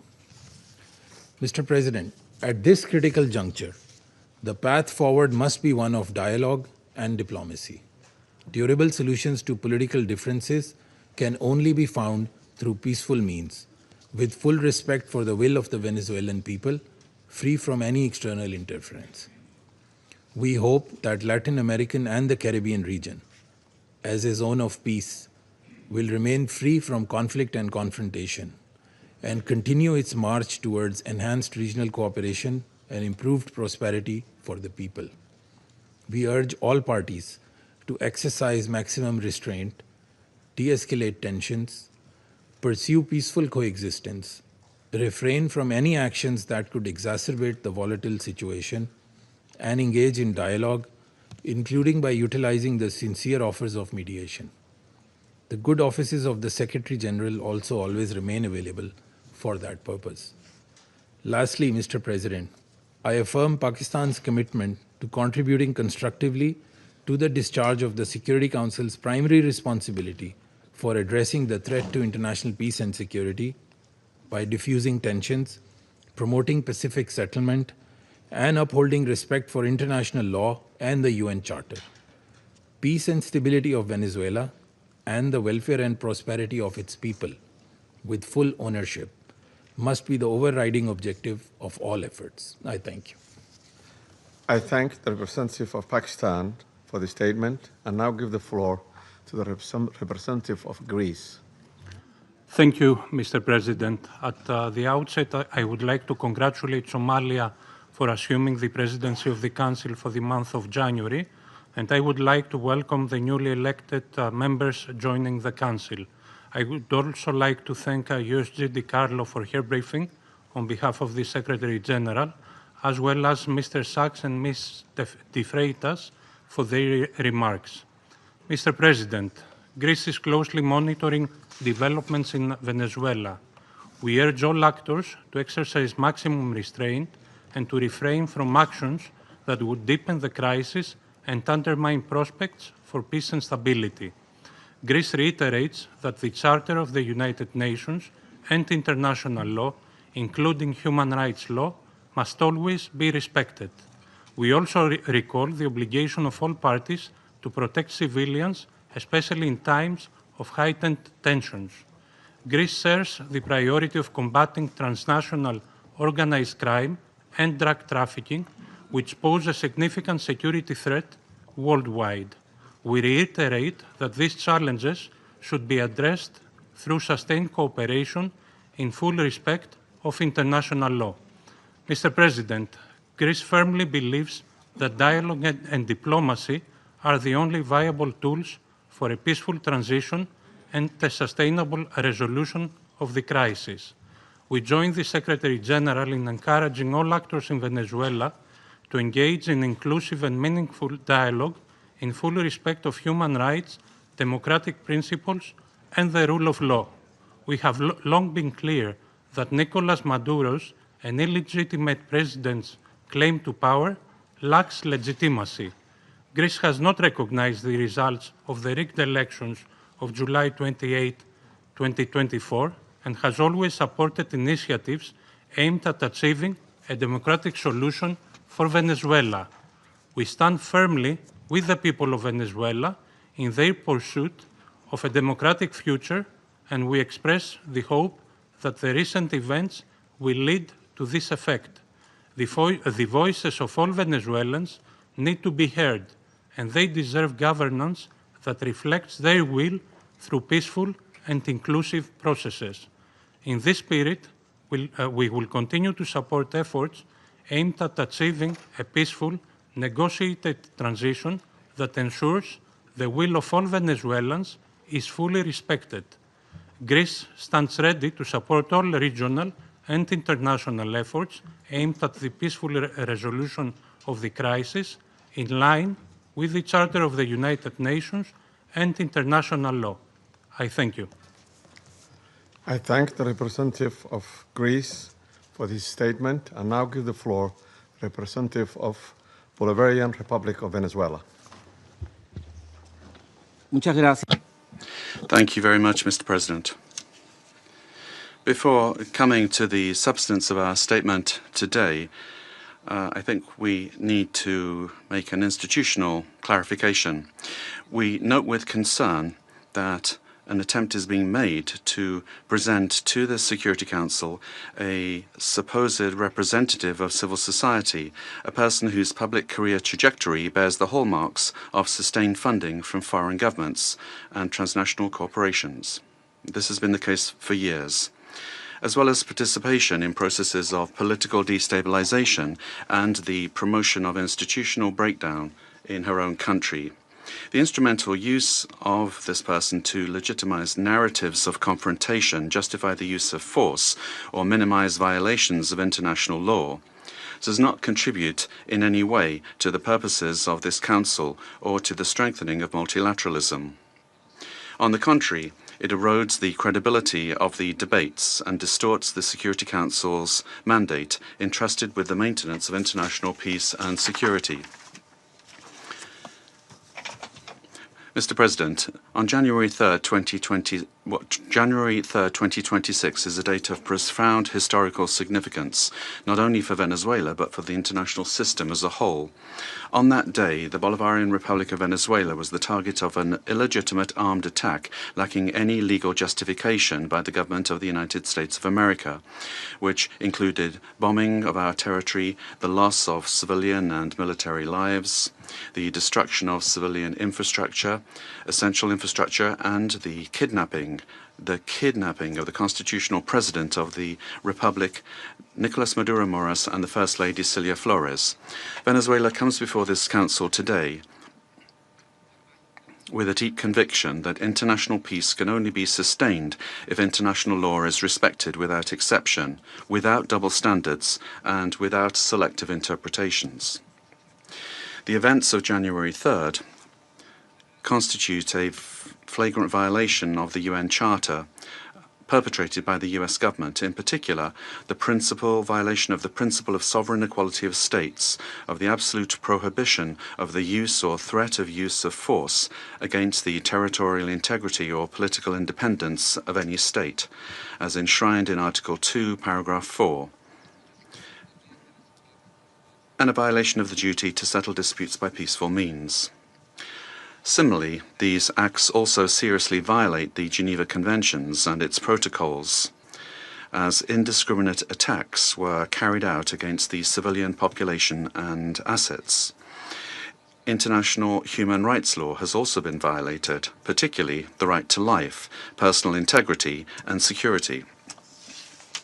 Of particular seriousness is the kidnapping of the President of the Republic by the government of the United States of America, which constitutes a direct violation of an essential norm of the international legal order, namely the personal immunity of heads of state in office. This immunity is not an individual privilege. It is an institutional guarantee that protects the sovereignty of states and the stability of the international system. Its disregard not only affects Venezuela,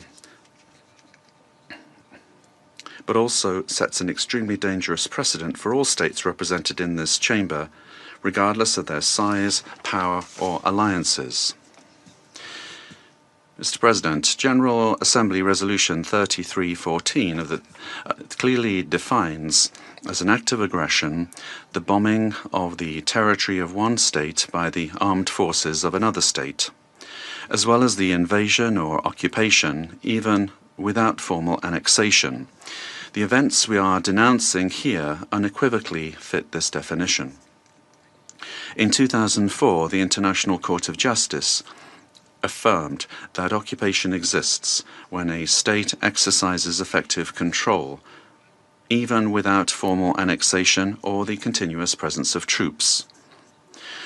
Security Council Resolution 242, for its part, emphasizes that the acquisition of territory by force is inadmissible, while General Assembly Resolution 2625 establishes that the territory of a state shall not be subject to military occupation as a result of the use of force in contravention of the UN Charter. Allowing such acts to go without an effective answer would amount to normalizing the replacement of law by might, while eroding the very foundations of the collective security system. Today, it is not only Venezuela's sovereignty that is at stake, the credibility of international law, the authority of this organization, and the validity of the principle that no state can set itself up as a judge, party, and executor of the world order are also at stake. Mr. President, we cannot ignore a central element of this U.S. aggression. Venezuela is the victim of these attacks because of its natural resources. Our country's oil, energy, strategic resources, and geopolitical position have historically been factors of greed and external pressure. When force is used to control resources, impose governments, or redesign states, we are faced with a logic that harks back to the worst practices of colonialism and neocolonialism. Accepting such a logic would mean to open the door to a deeply unstable world in which countries with greater military capacities can decide by force the political and economic destinies of other states. This scenario not only threatens Venezuela, it threatens international peace and security as a whole. If the kidnapping of a head of state, the bombing of a sovereign country, and the open threat of further armed action are tolerated or downplayed, the message sent to the world is a devastating one, namely that the law is optional and that force is the true arbiter of international relations.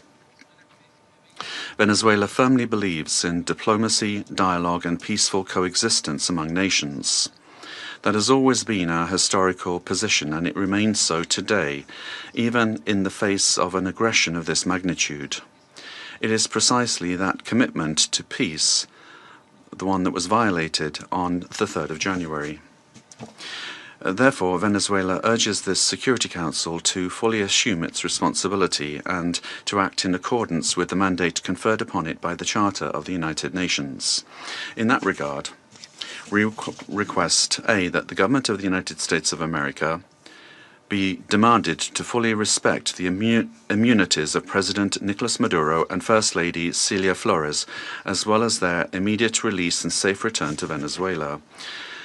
2, that the use of force against the Bolivarian Republic of Venezuela be clearly and unequivocally condemned. Thirdly, that the principle of non-acquisition of territory or resources by force be reaffirmed. And 4, that measures aimed at de-escalation, the protection of the civilian population, and the restoration of international law be adopted. Mr. President, in spite of the seriousness of the events, Venezuela would like to inform this body and the international community that its institutions are functioning normally, that constitutional order has been preserved, and that the state exercises effective control over all of its territory. In accordance with our constitution, Executive Vice President Delcy Rodriguez is being sworn in as acting President of the Republic, thereby guaranteeing institutional continuity, stability, and internal peace.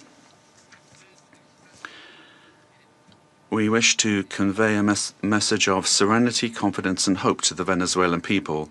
Venezuela is a nation that believes in peace, work, and dignity.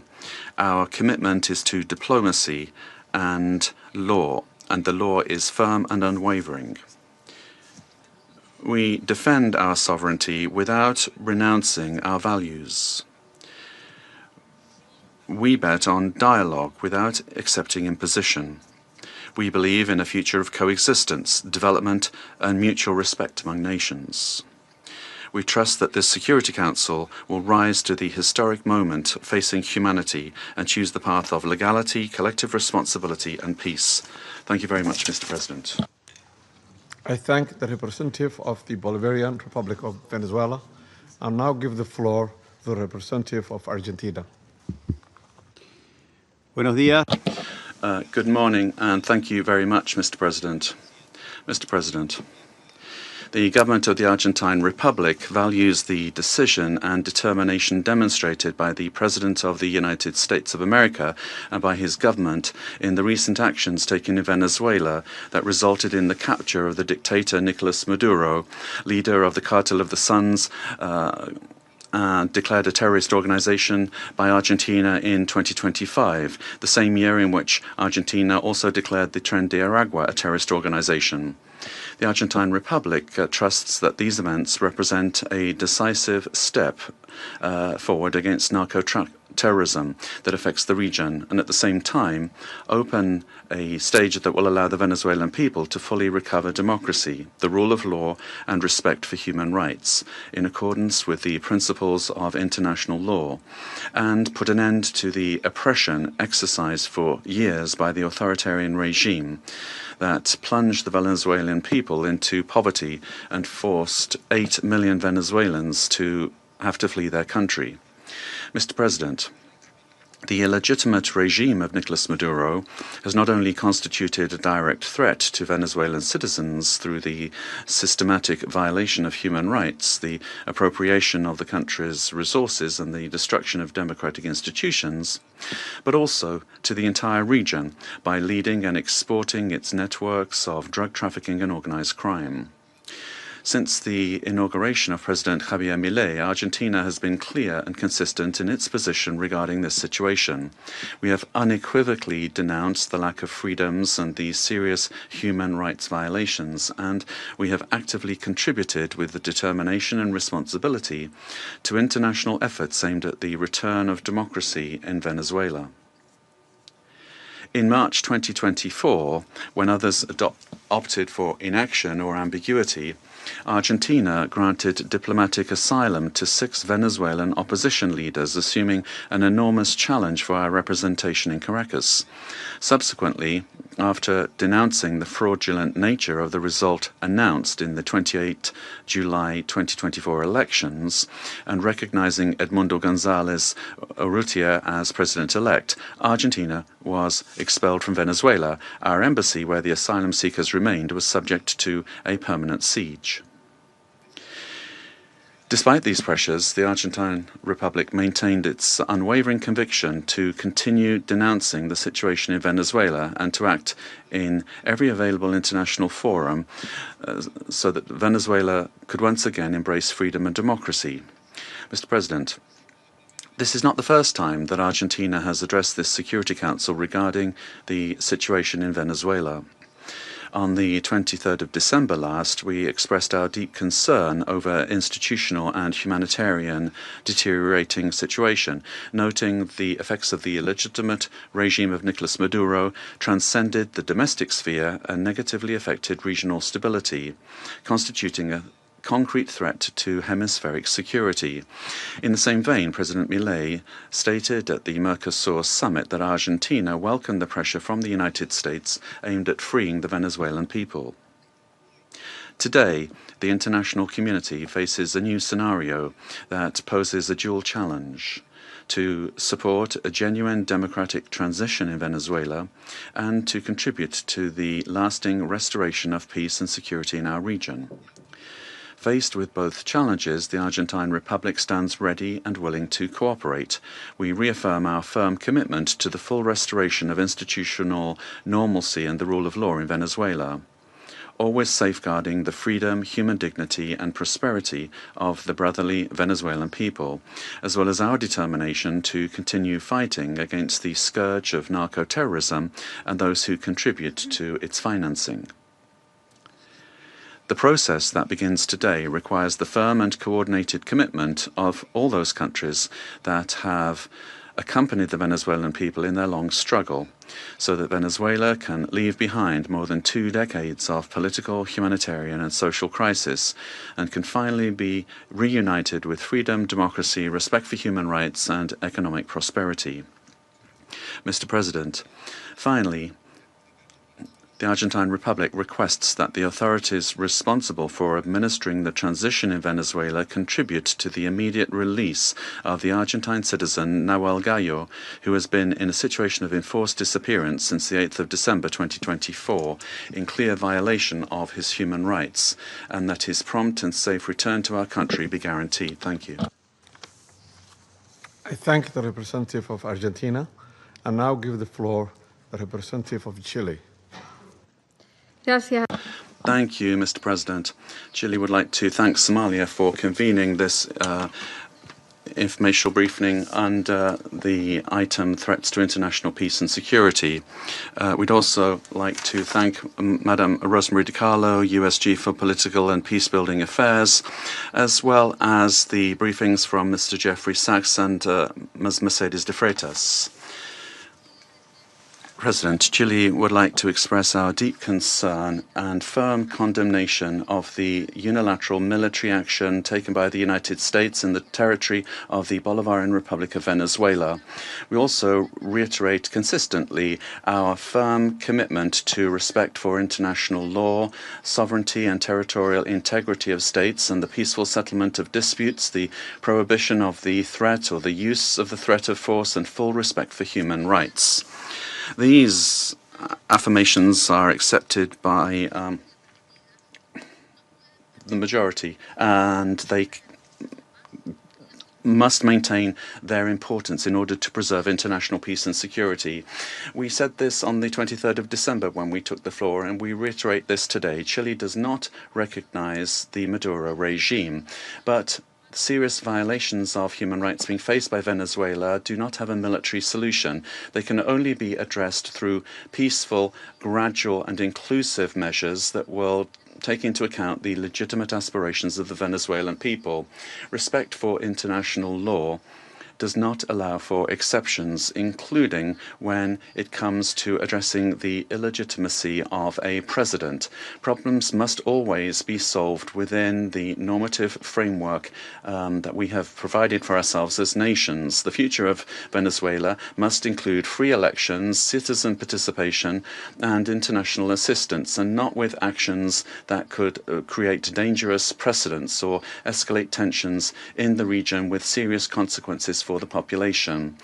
Chile, as a witness of history and based on our own experience with the loss of democracy, where there was foreign interference that caused extreme damage and pain for the Chilean people. We were able to recover our democracy through a transitional process that was carried out with the assistance of the international community, the strength of organized citizens, and through our institutions.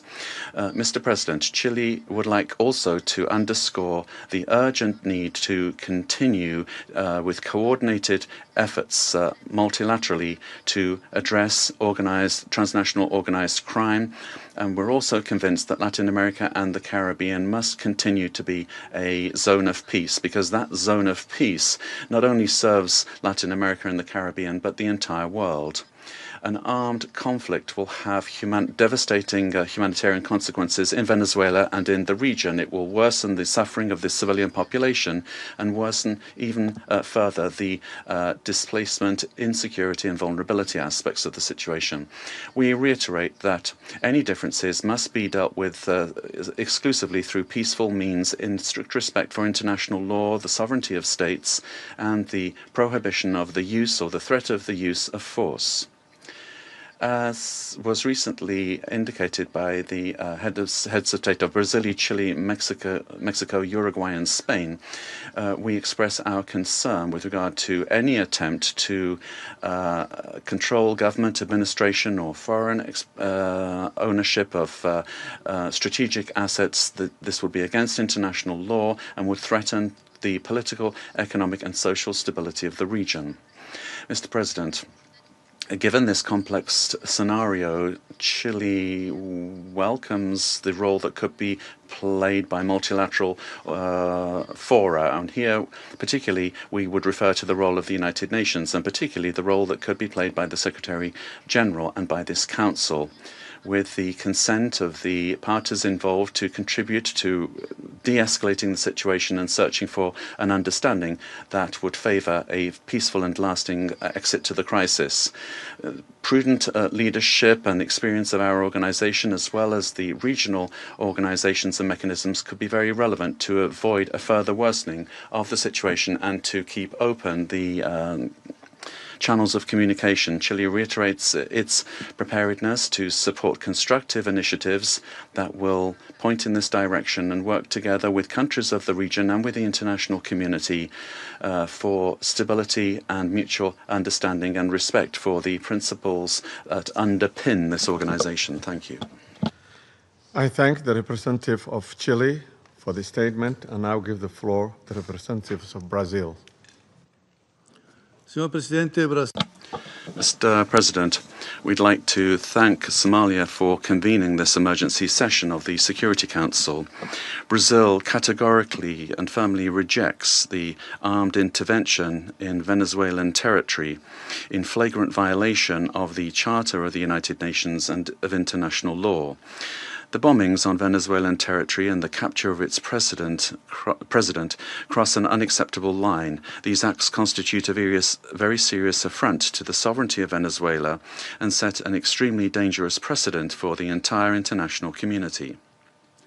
The Charter of the United Nations establishes as a pillar of the international order the prohibition of the use of force against the territorial integrity or political independence of any state, except in the circumstances strictly provided for therein.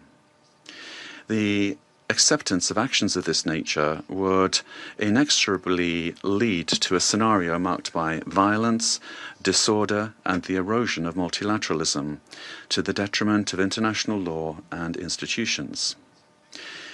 The effects of the weakening of international governance and cooperation mechanisms are already evident. The record number since the Second World War of 61 active armed conflicts, the unprecedented figure of 117 million people in situations of humanitarian disaster around the world, reflecting the increase in wars, displacement, and crimes against humanity, such as the genocide in Gaza, and the global increase in military spending, which is approaching the historical mark of $2.7 trillion. As Brazil has reiterated on numerous occasions, the norms that govern coexistence among states are mandatory and universal. They do not admit exceptions based on ideological, geopolitical, political, economic, or any other kind of interests or projects. They do not admit that the exploitation of natural or economic resources justifies the use of force or the illegal change of a government. The multipolar world of the 21st century, which promotes peace and prosperity, must not be confused with spheres of influence. We cannot accept the argument that the end justifies the means. This reasoning lacks legitimacy and opens the possibility of granting the strongest the right to define what is just or unjust, what is right or wrong, and even to ignore national sovereignties, imposing the decisions to be taken by the weakest. Latin America and the Caribbean have made peace a conscious, lasting, and irreversible choice. The resort to force in our region evokes chapters of history that we believed we'd left behind us and endangers the collective effort to preserve the region as a zone of peace and cooperation, free of armed conflicts, respectful of international law and the principle of non-intervention. Armed interventions in the past have had profoundly negative and lasting consequences. Contrary to freedom and democracy, those interventions produced authoritarian regimes and serious violations of human rights, leaving as a lamentable result thousands of dead, political prisoners, tortured persons, and disappeared persons whose families still today search for their loved ones as well as justice and reparation. For the first time in South America, a profoundly alarming event has occurred. An external armed aggression with the deployment of troops and bombings in a neighboring country contiguous with Brazil, with which we share more than 2,000 kilometers of border. Mr. President, South America is a zone of peace. I insist upon that. We have upheld and will uphold with full determination peace and non-intervention in our region. Furthermore, Brazil does not believe that the solution to the situation in Venezuela lies in the creation of protectorates in the country, but rather in solutions that respect the self-determination of the Venezuelan people within the framework of its constitution. The events of January 3rd transcend the regional sphere.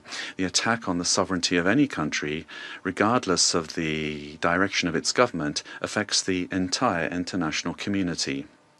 This and other cases of armed intervention against the sovereignty of a country, its territorial integrity, or its institutions must be vehemently condemned. It is up to this Council to assume its responsibility and react with determination, clarity, and obedience to international law in order to prevent the law of force from prevailing over the force of law. Brazil trusts that the future of Venezuela will be built by the Venezuelan people through dialogue, without external interference, and within the framework of international law. Thank you.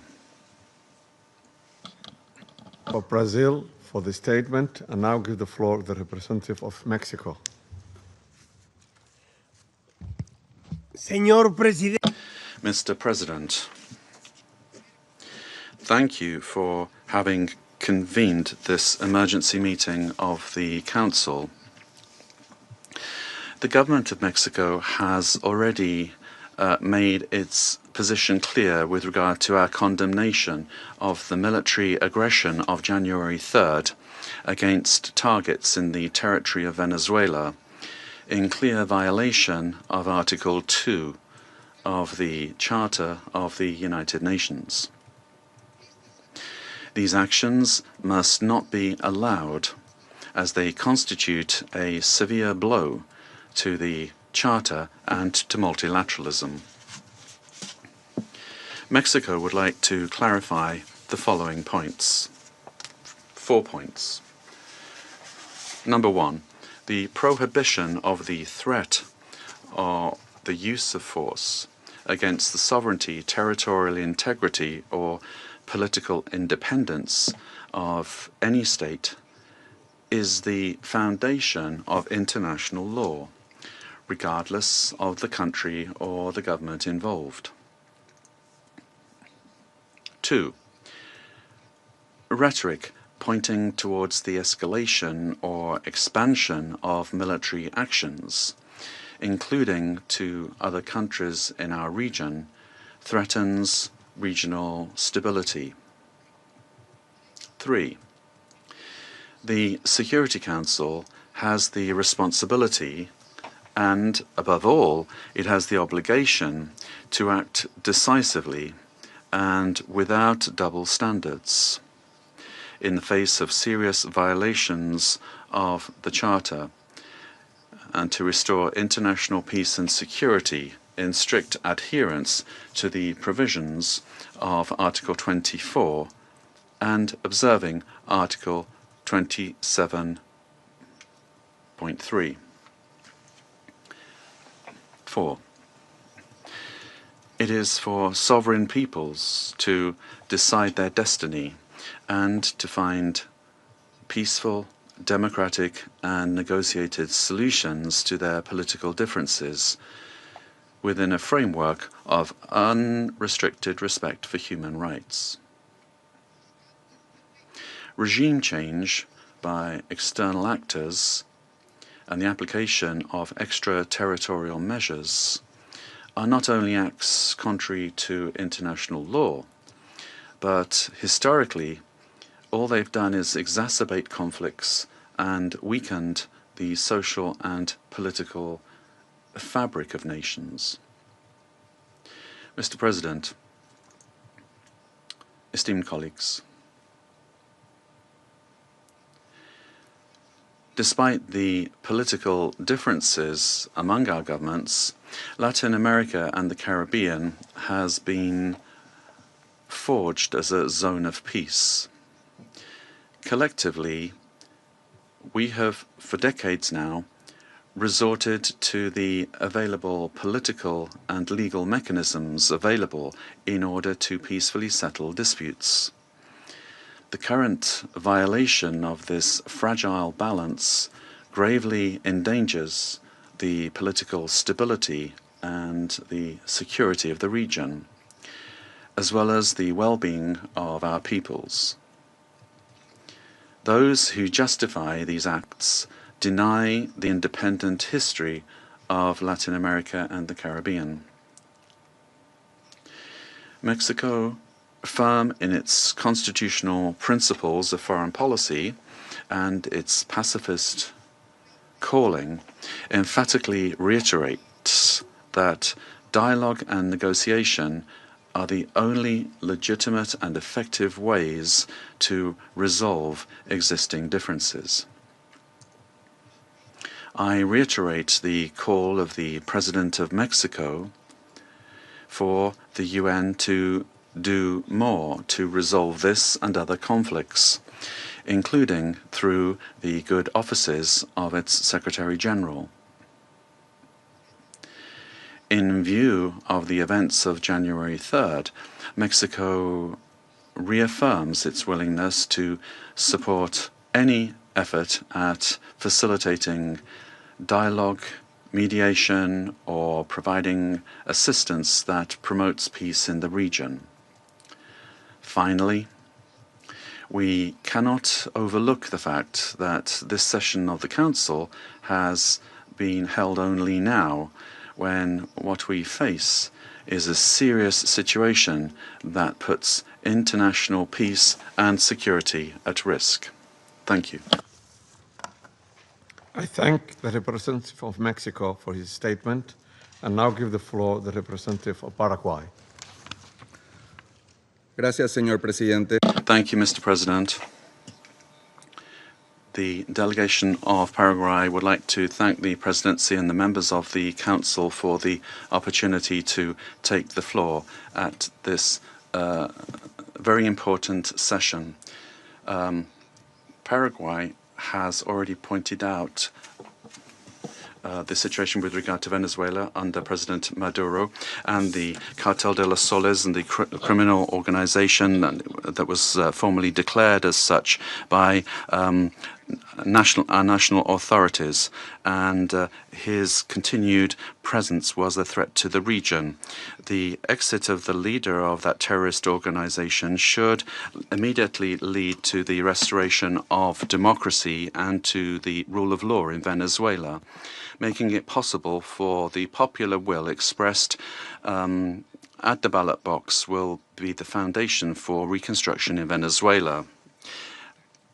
We would also urgently call for the release of all political prisoners that are still in the prisons of that country, and we reiterate that a return to democratic institutions in Venezuela and the possibility for the legitimately elected authorities to resume their functions are fundamental steps for stability in the region.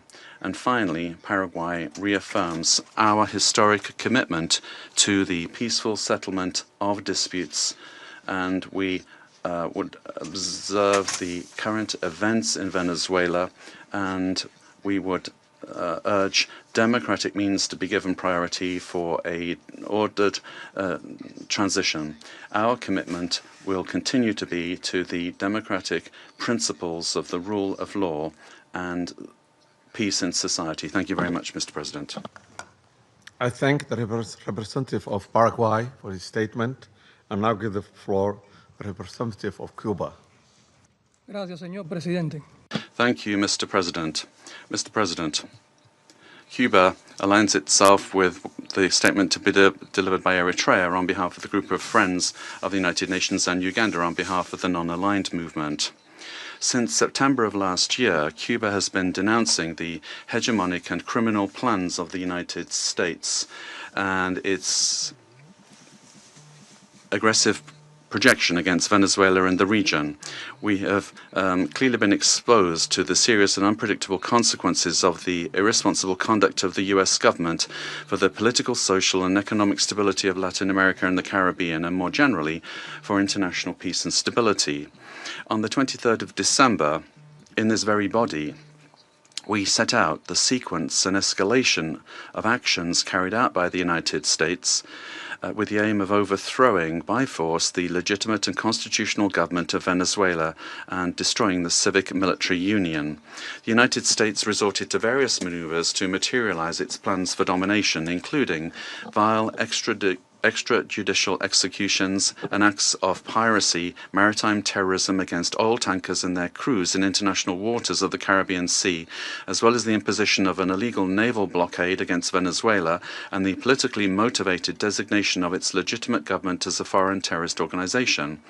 Previously, it had subjected that country to prolonged unilateral coercive measures, economic asphyxiation, smear campaigns, and attacks against some of its important institutions, exposing it to a cruel psychological war.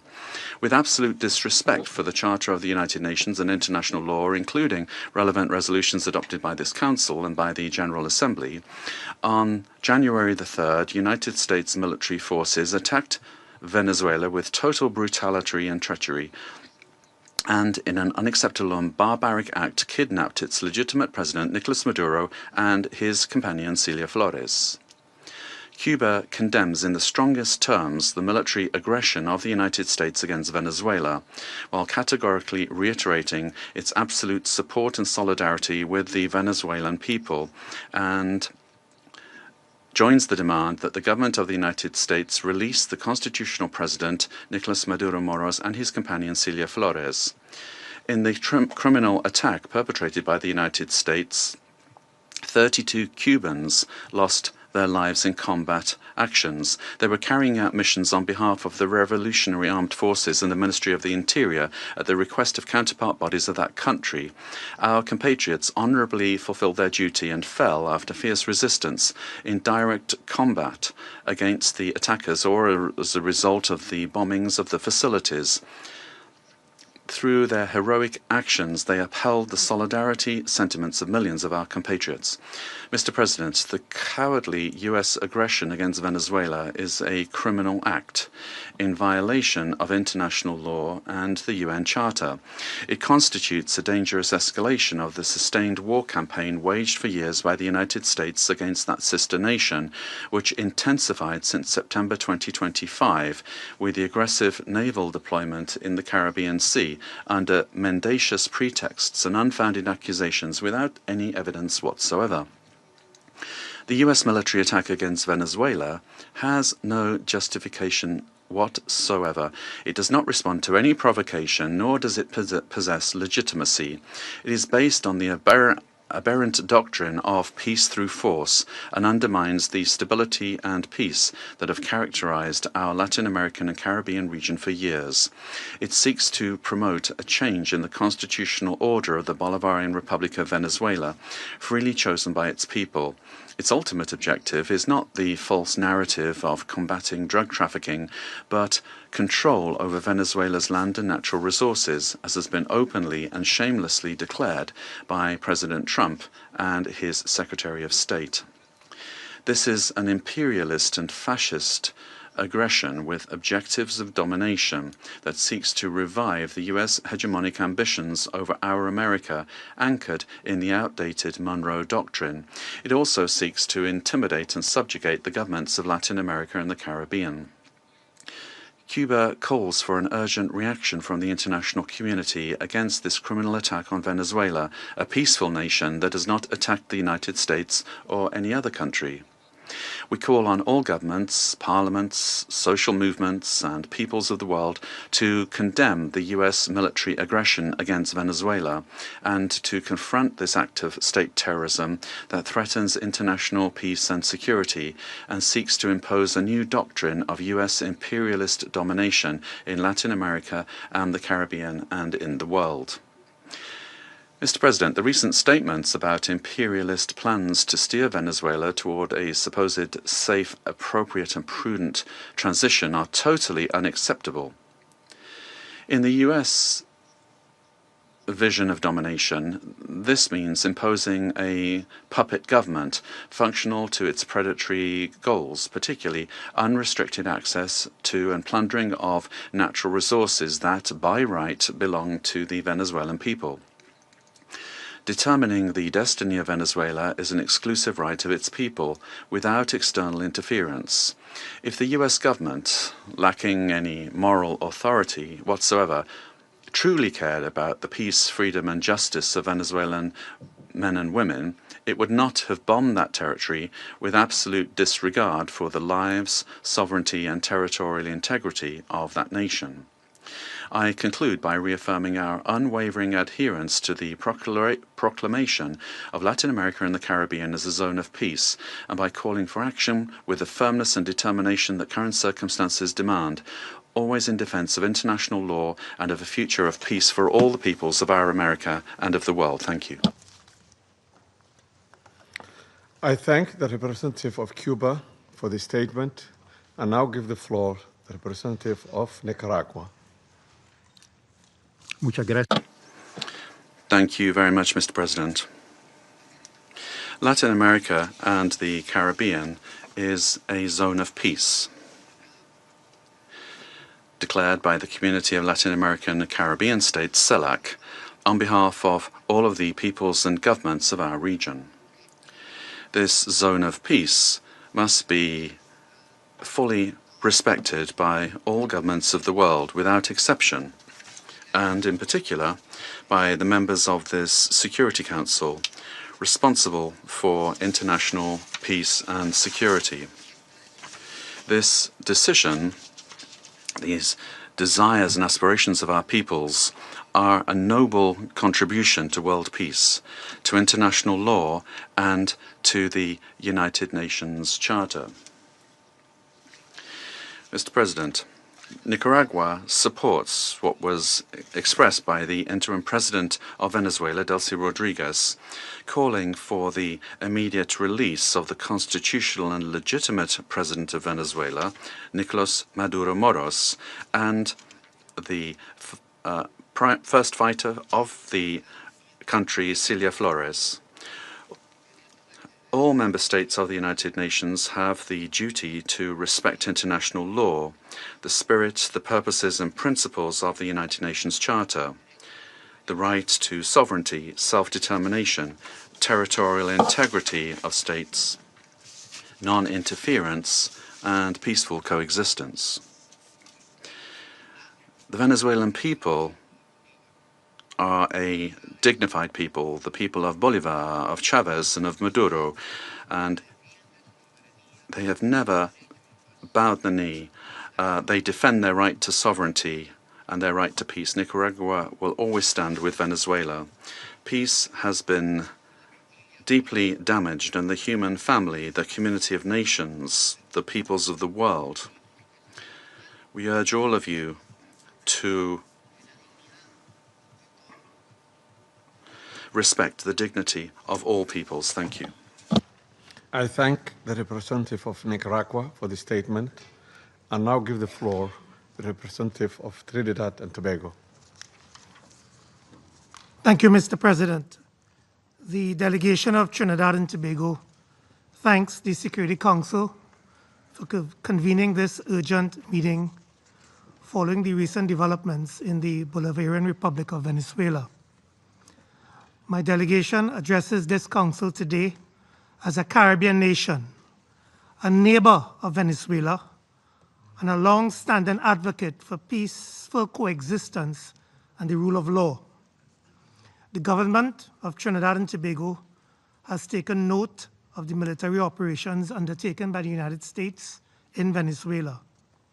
We remain committed to cooperative efforts led by the United States to disrupt and dismantle networks that enable transnational crime across the Americas, whose activities have had debilitating effects on the security and stability of the region.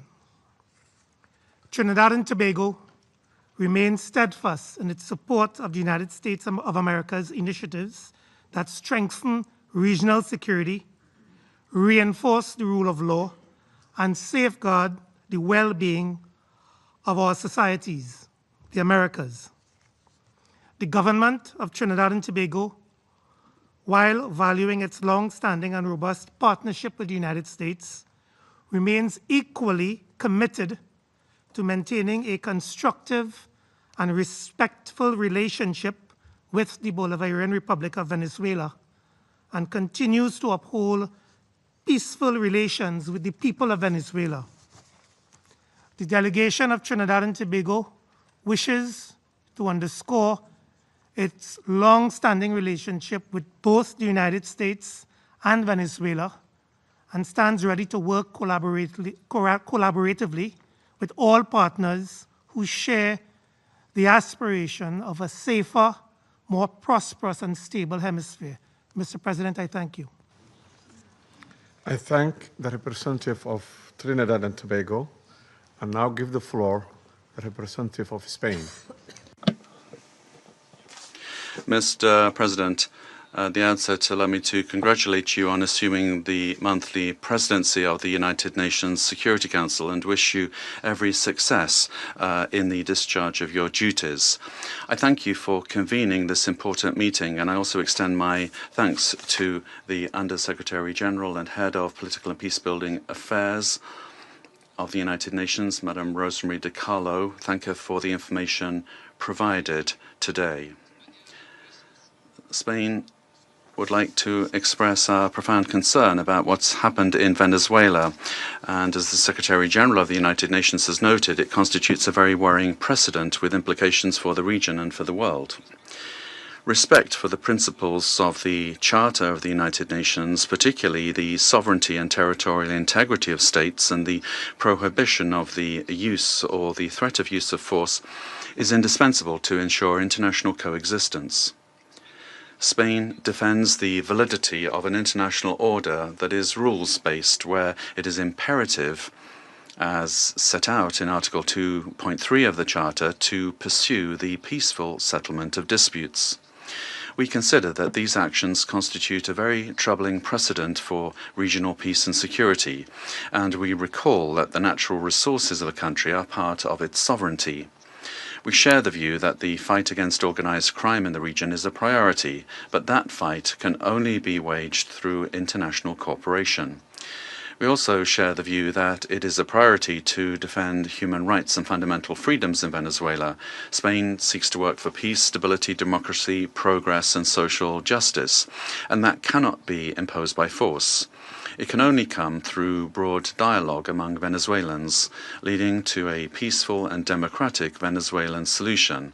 It must be the voice of the Venezuelan people that determines the destiny of Venezuela. Spain did not recognize the results of the most recent elections held in Venezuela in July 2024 and has been unequivocal in condemning any violations and threats to human rights.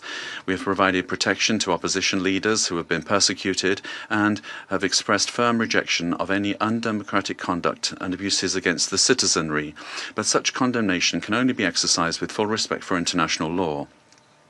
Spain will work to unite Venezuelans, men and women, and is committed to dialogue and peace because force never brings more democracy. Thank you, Mr. President. I thank the representative of Spain, and I now give the floor to the representative of South Africa. Thank you, Mr. President. We wish to congratulate the Federal Republic of Somalia for assuming the rotating presidency of the United Nations Security Council for the month of January, and wish you and your delegation all the best in the execution of your responsibilities. We also wish to thank you for convening this debate and affording all UN member states to participate because the situation in Venezuela concerns all UN member states, given its implications for the credibility of the UN Charter and international law. Mr. President, integral to the maintenance of international peace and security since the establishment of the United Nations is the understanding that no nation can claim to be legally or morally superior to another.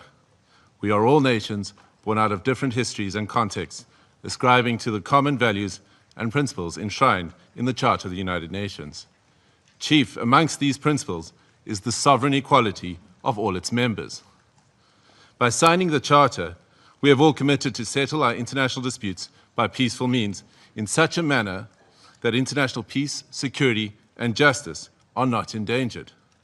We have also committed to refrain in our foreign relations from the threat or use of force against the territorial integrity or political independence of any state, or in any other manner inconsistent with the purposes and principles of the United Nations. The International Court of Justice has also previously affirmed that international law prohibits the use of force and intervention in another state's affairs. Due to the shortcomings of its predecessor, the League of Nations, the UN was created to prevent countries from resorting to conflict, to settle disputes and prohibit the use of force unless it is done in a legally prescribed manner. In doing so, the UN has played a pivotal role in ensuring peaceful existence amongst nations, including in ending the colonial subjugation by powerful countries over others, underpinned by respect for the equal rights of nations, large and small, and respect for the principle of equal rights and self-determination of peoples. Joining the organization and committing to its principles afforded protection to many of us with the supposed assurance that no longer would one nation be seen as inferior to another. Unfortunately, when countries ignore the Charter and act contrary to its central premise, it undermines the credibility of the entire system in which we all undertake our international relations. The stability of the international system depends not only on the respect but on the consistent application of these established legal norms. We all benefit from a rules-based international order based on international law. When we break those norms, we invite anarchy and an environment where might makes right, ignoring the complexity of interrelations and interdependence in our modern world. Mr. President, the unilateral military strikes carried out by the United States of America against Venezuela and the abduction of President Nicolas Maduro and his spouse from Venezuelan territory for transfer to the United States wantonly violates the sovereignty and territorial integrity and independence of Venezuela. These actions are also in stark contrast to our established legal norms, reinforcing the belief that might is right and undermining diplomacy. History has repeatedly demonstrated that military invasions against sovereign states yield only instability and deepen crises. Unlawful unilateral force of this nature undermines the stability of the international order and the principle of equality among nations. Such use of force also undermines the institutional infrastructure established to regulate relations among nations. We have seen examples of these in Libya, Iraq, and countless cases in Africa where foreign interventions and interference create security crises and undermine national governance institutions cultivated through nuanced and complex national contexts. South Africa stresses that allegations of internal governance challenges, human rights concerns, or acts of criminality by a head of state cannot justify a breach of the Charter's prohibition on the use of force, particularly Article 2.4 of the Charter. The peaceful resolution of disputes and internal matters must proceed in accordance with international law and through multilateral mechanisms. Additionally, under international law, a state has exclusive jurisdiction over persons and conduct within its own territory. Any enforcement of domestic law, including arrest by one state within the territory of another state without the state's consent, is an unlawful violation of sovereignty. There are recourse mechanisms at the disposal of states to implement international law.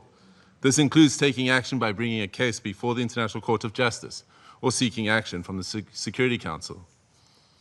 We note the statement issued by a group of concerned countries, mainly those in the Latin American region, most affected by the developments in Venezuela, which reiterates that the situation in Venezuela must be resolved exclusively through peaceful means, through dialogue, negotiation, and respect for the will of the Venezuelan people in all its expressions, without external interference and in accordance with international law.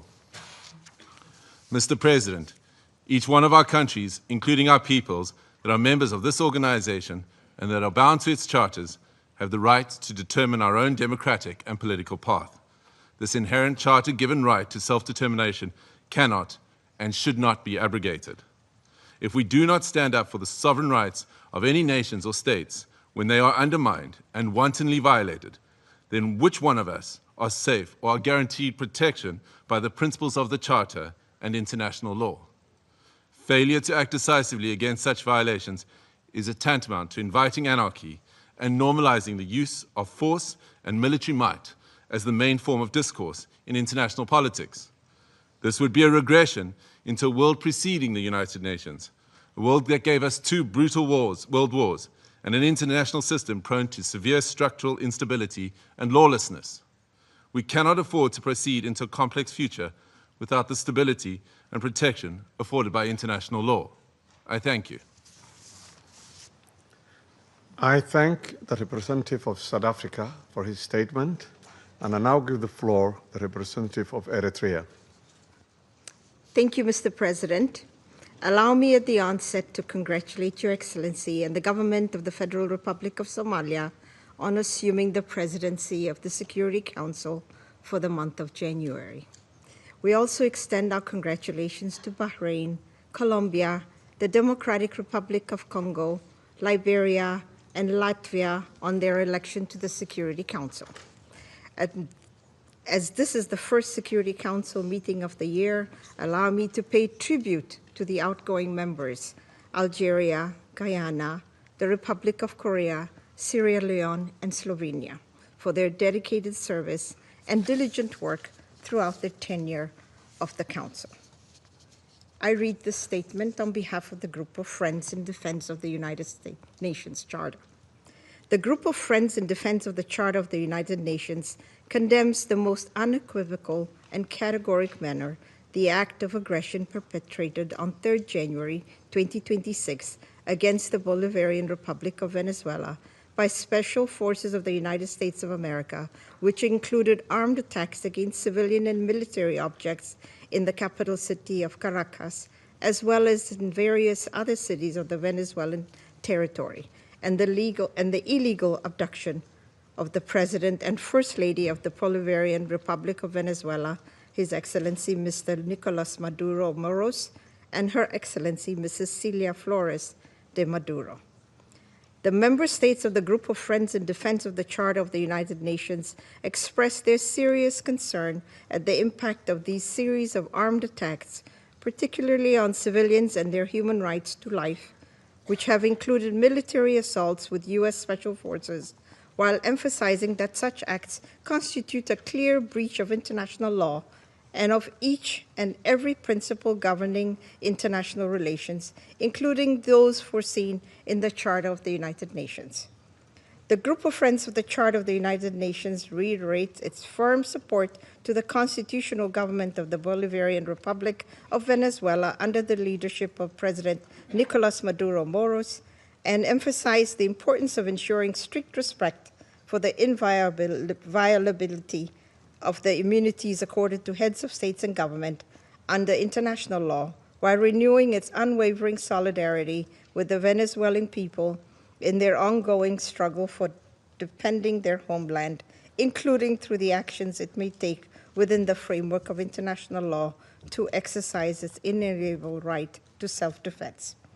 The member states of the Group of Friends in Defense of the Charter of the United Nations demand for the immediate cessation of all hostilities against the Bolivarian Republic of Venezuela, for the full respect for the sovereignty, territorial integrity, political independence, and inalienable right to self-determination of the Bolivarian Republic of Venezuela, for the immediate return of President Nicolas Maduro and First Lady Celia Flores de Maduro to the Venezuelan national territory, and for those responsible for these acts of aggression to be held accountable.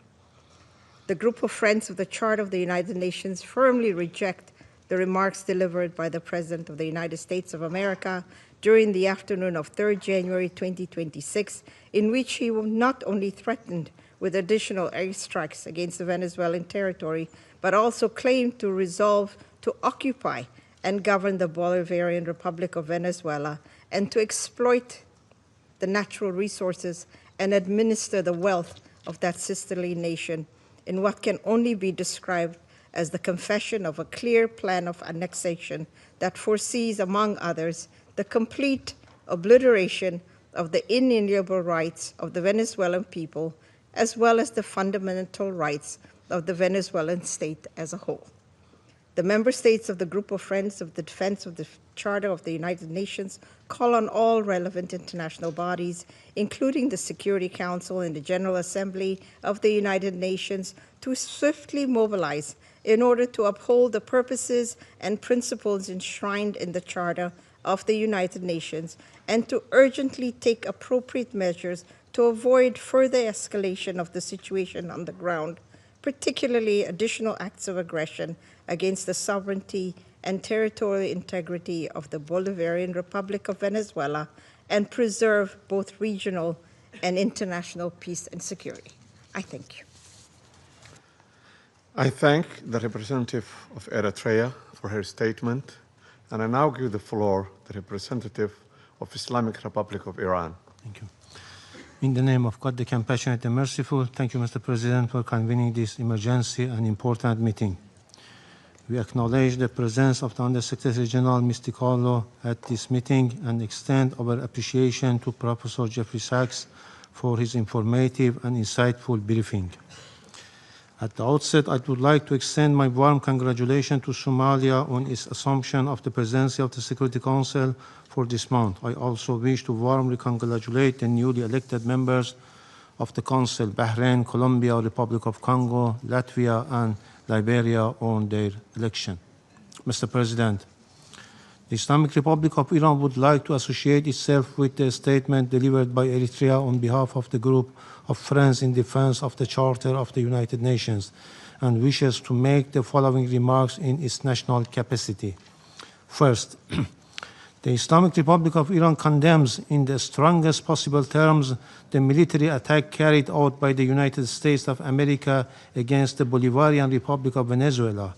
This illegal act constitutes state terrorism, a manifest violation of Charter of the United Nations, particularly Article 2, Section 4 and Section 7, and peremptory norms of the international law, and amounts to an internationally wrongful act and a full-fledged act of aggression.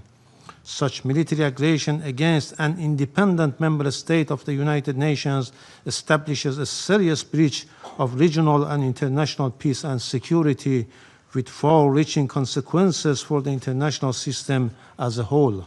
Second, the abduction of democratically elected president and the First Lady of the Bolivarian Republic of Venezuela by the United States constitute a flagrant violation of customary international law, including the principles of the inviolability of the immunities accorded to the heads of a state and government under international law, and represent a grave assault on the sovereign equality of states.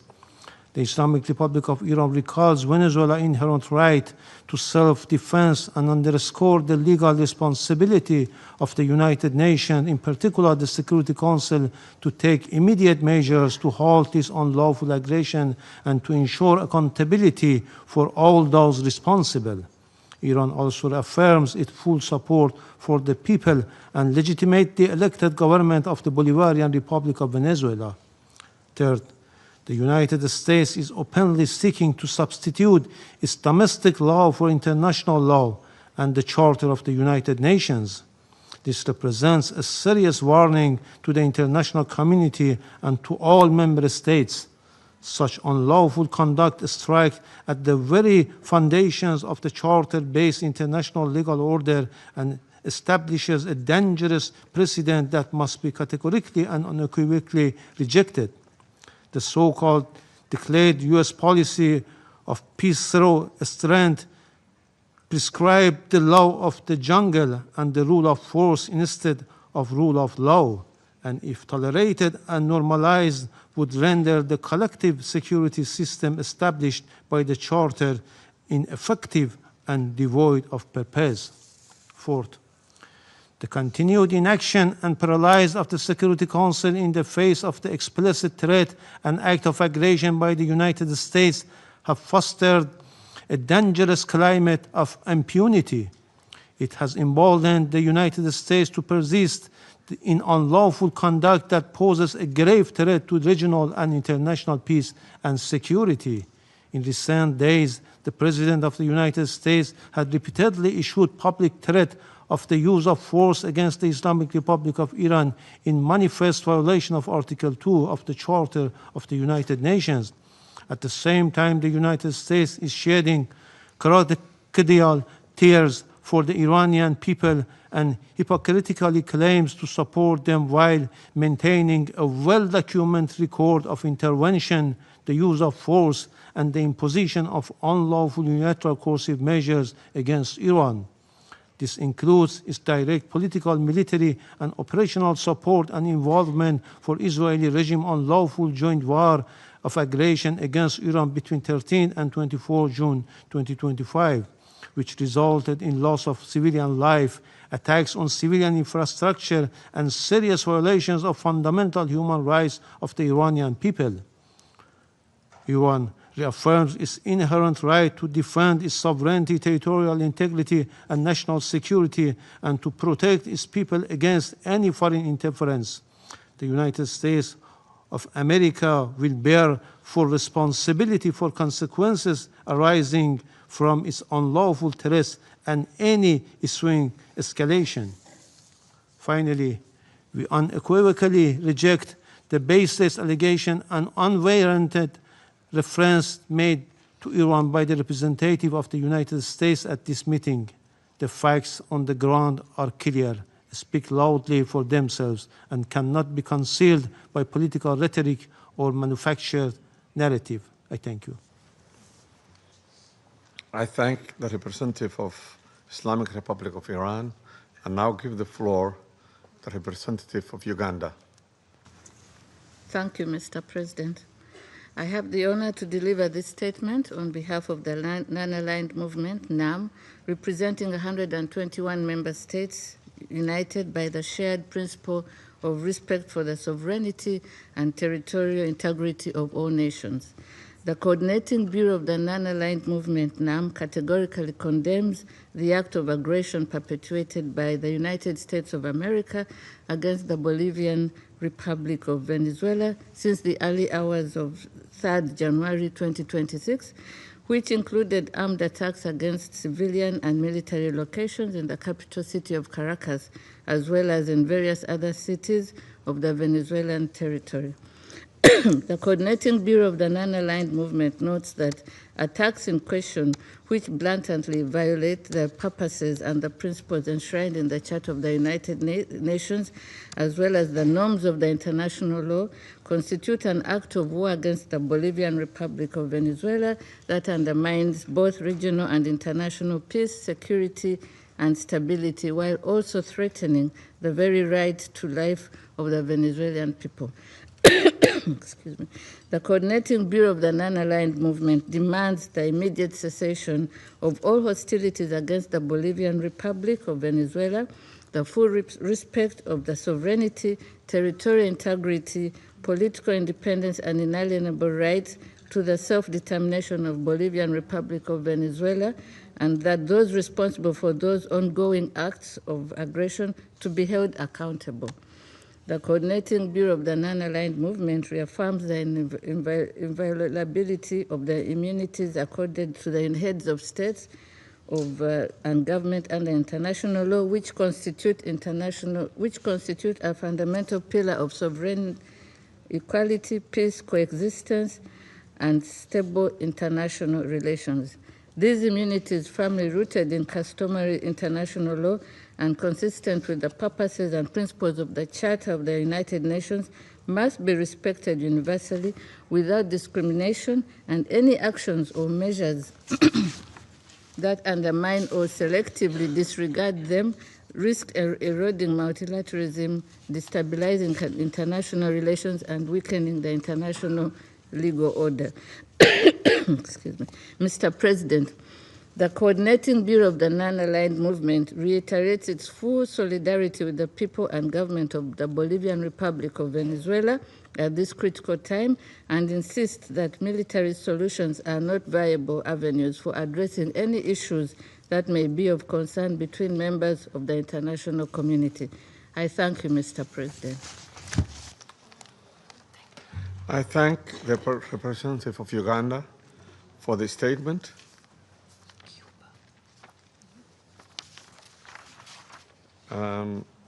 I now give the floor to the representative of Cuba, who has asked for the floor to make a further statement.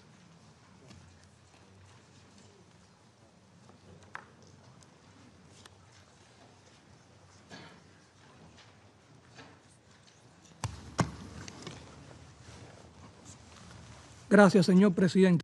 Thank you, Mr. President. Mr. President, my delegation feels it must take the floor again to respond to the unfounded accusations formulated by the United States against Cuba.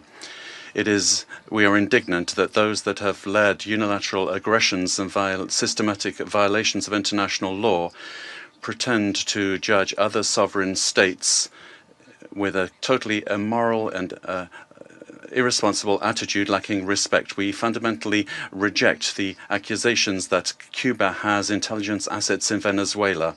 These kinds of statements lack any factual base and are a clear attempt to take the eyes of the world off the criminal acts of the United States in the region. Cuba strictly respects the sovereignty, independence, and inalienable right of the Venezuelan people to decide their own destiny, as established by the United Nations Charter. Cooperation between both countries is in multiple spheres, has legitimate bases, and is based on bilateral agreements signed by both parties. As has been declared by the revolutionary government, the 32 combatants that fell in terrorist acts perpetrated by the United States were in missions of the revolutionary forces at the request of Venezuela. Those patriots were heroic in their action, showing solidarity with millions of Cubans. These accusations attempt to suggest that Cuba is involved in this way in Venezuela. We categorically reject that. Thank you. I thank the representative of Cuba for the statement. There is no more names inscribed on the list of speakers. The meeting is adjourned.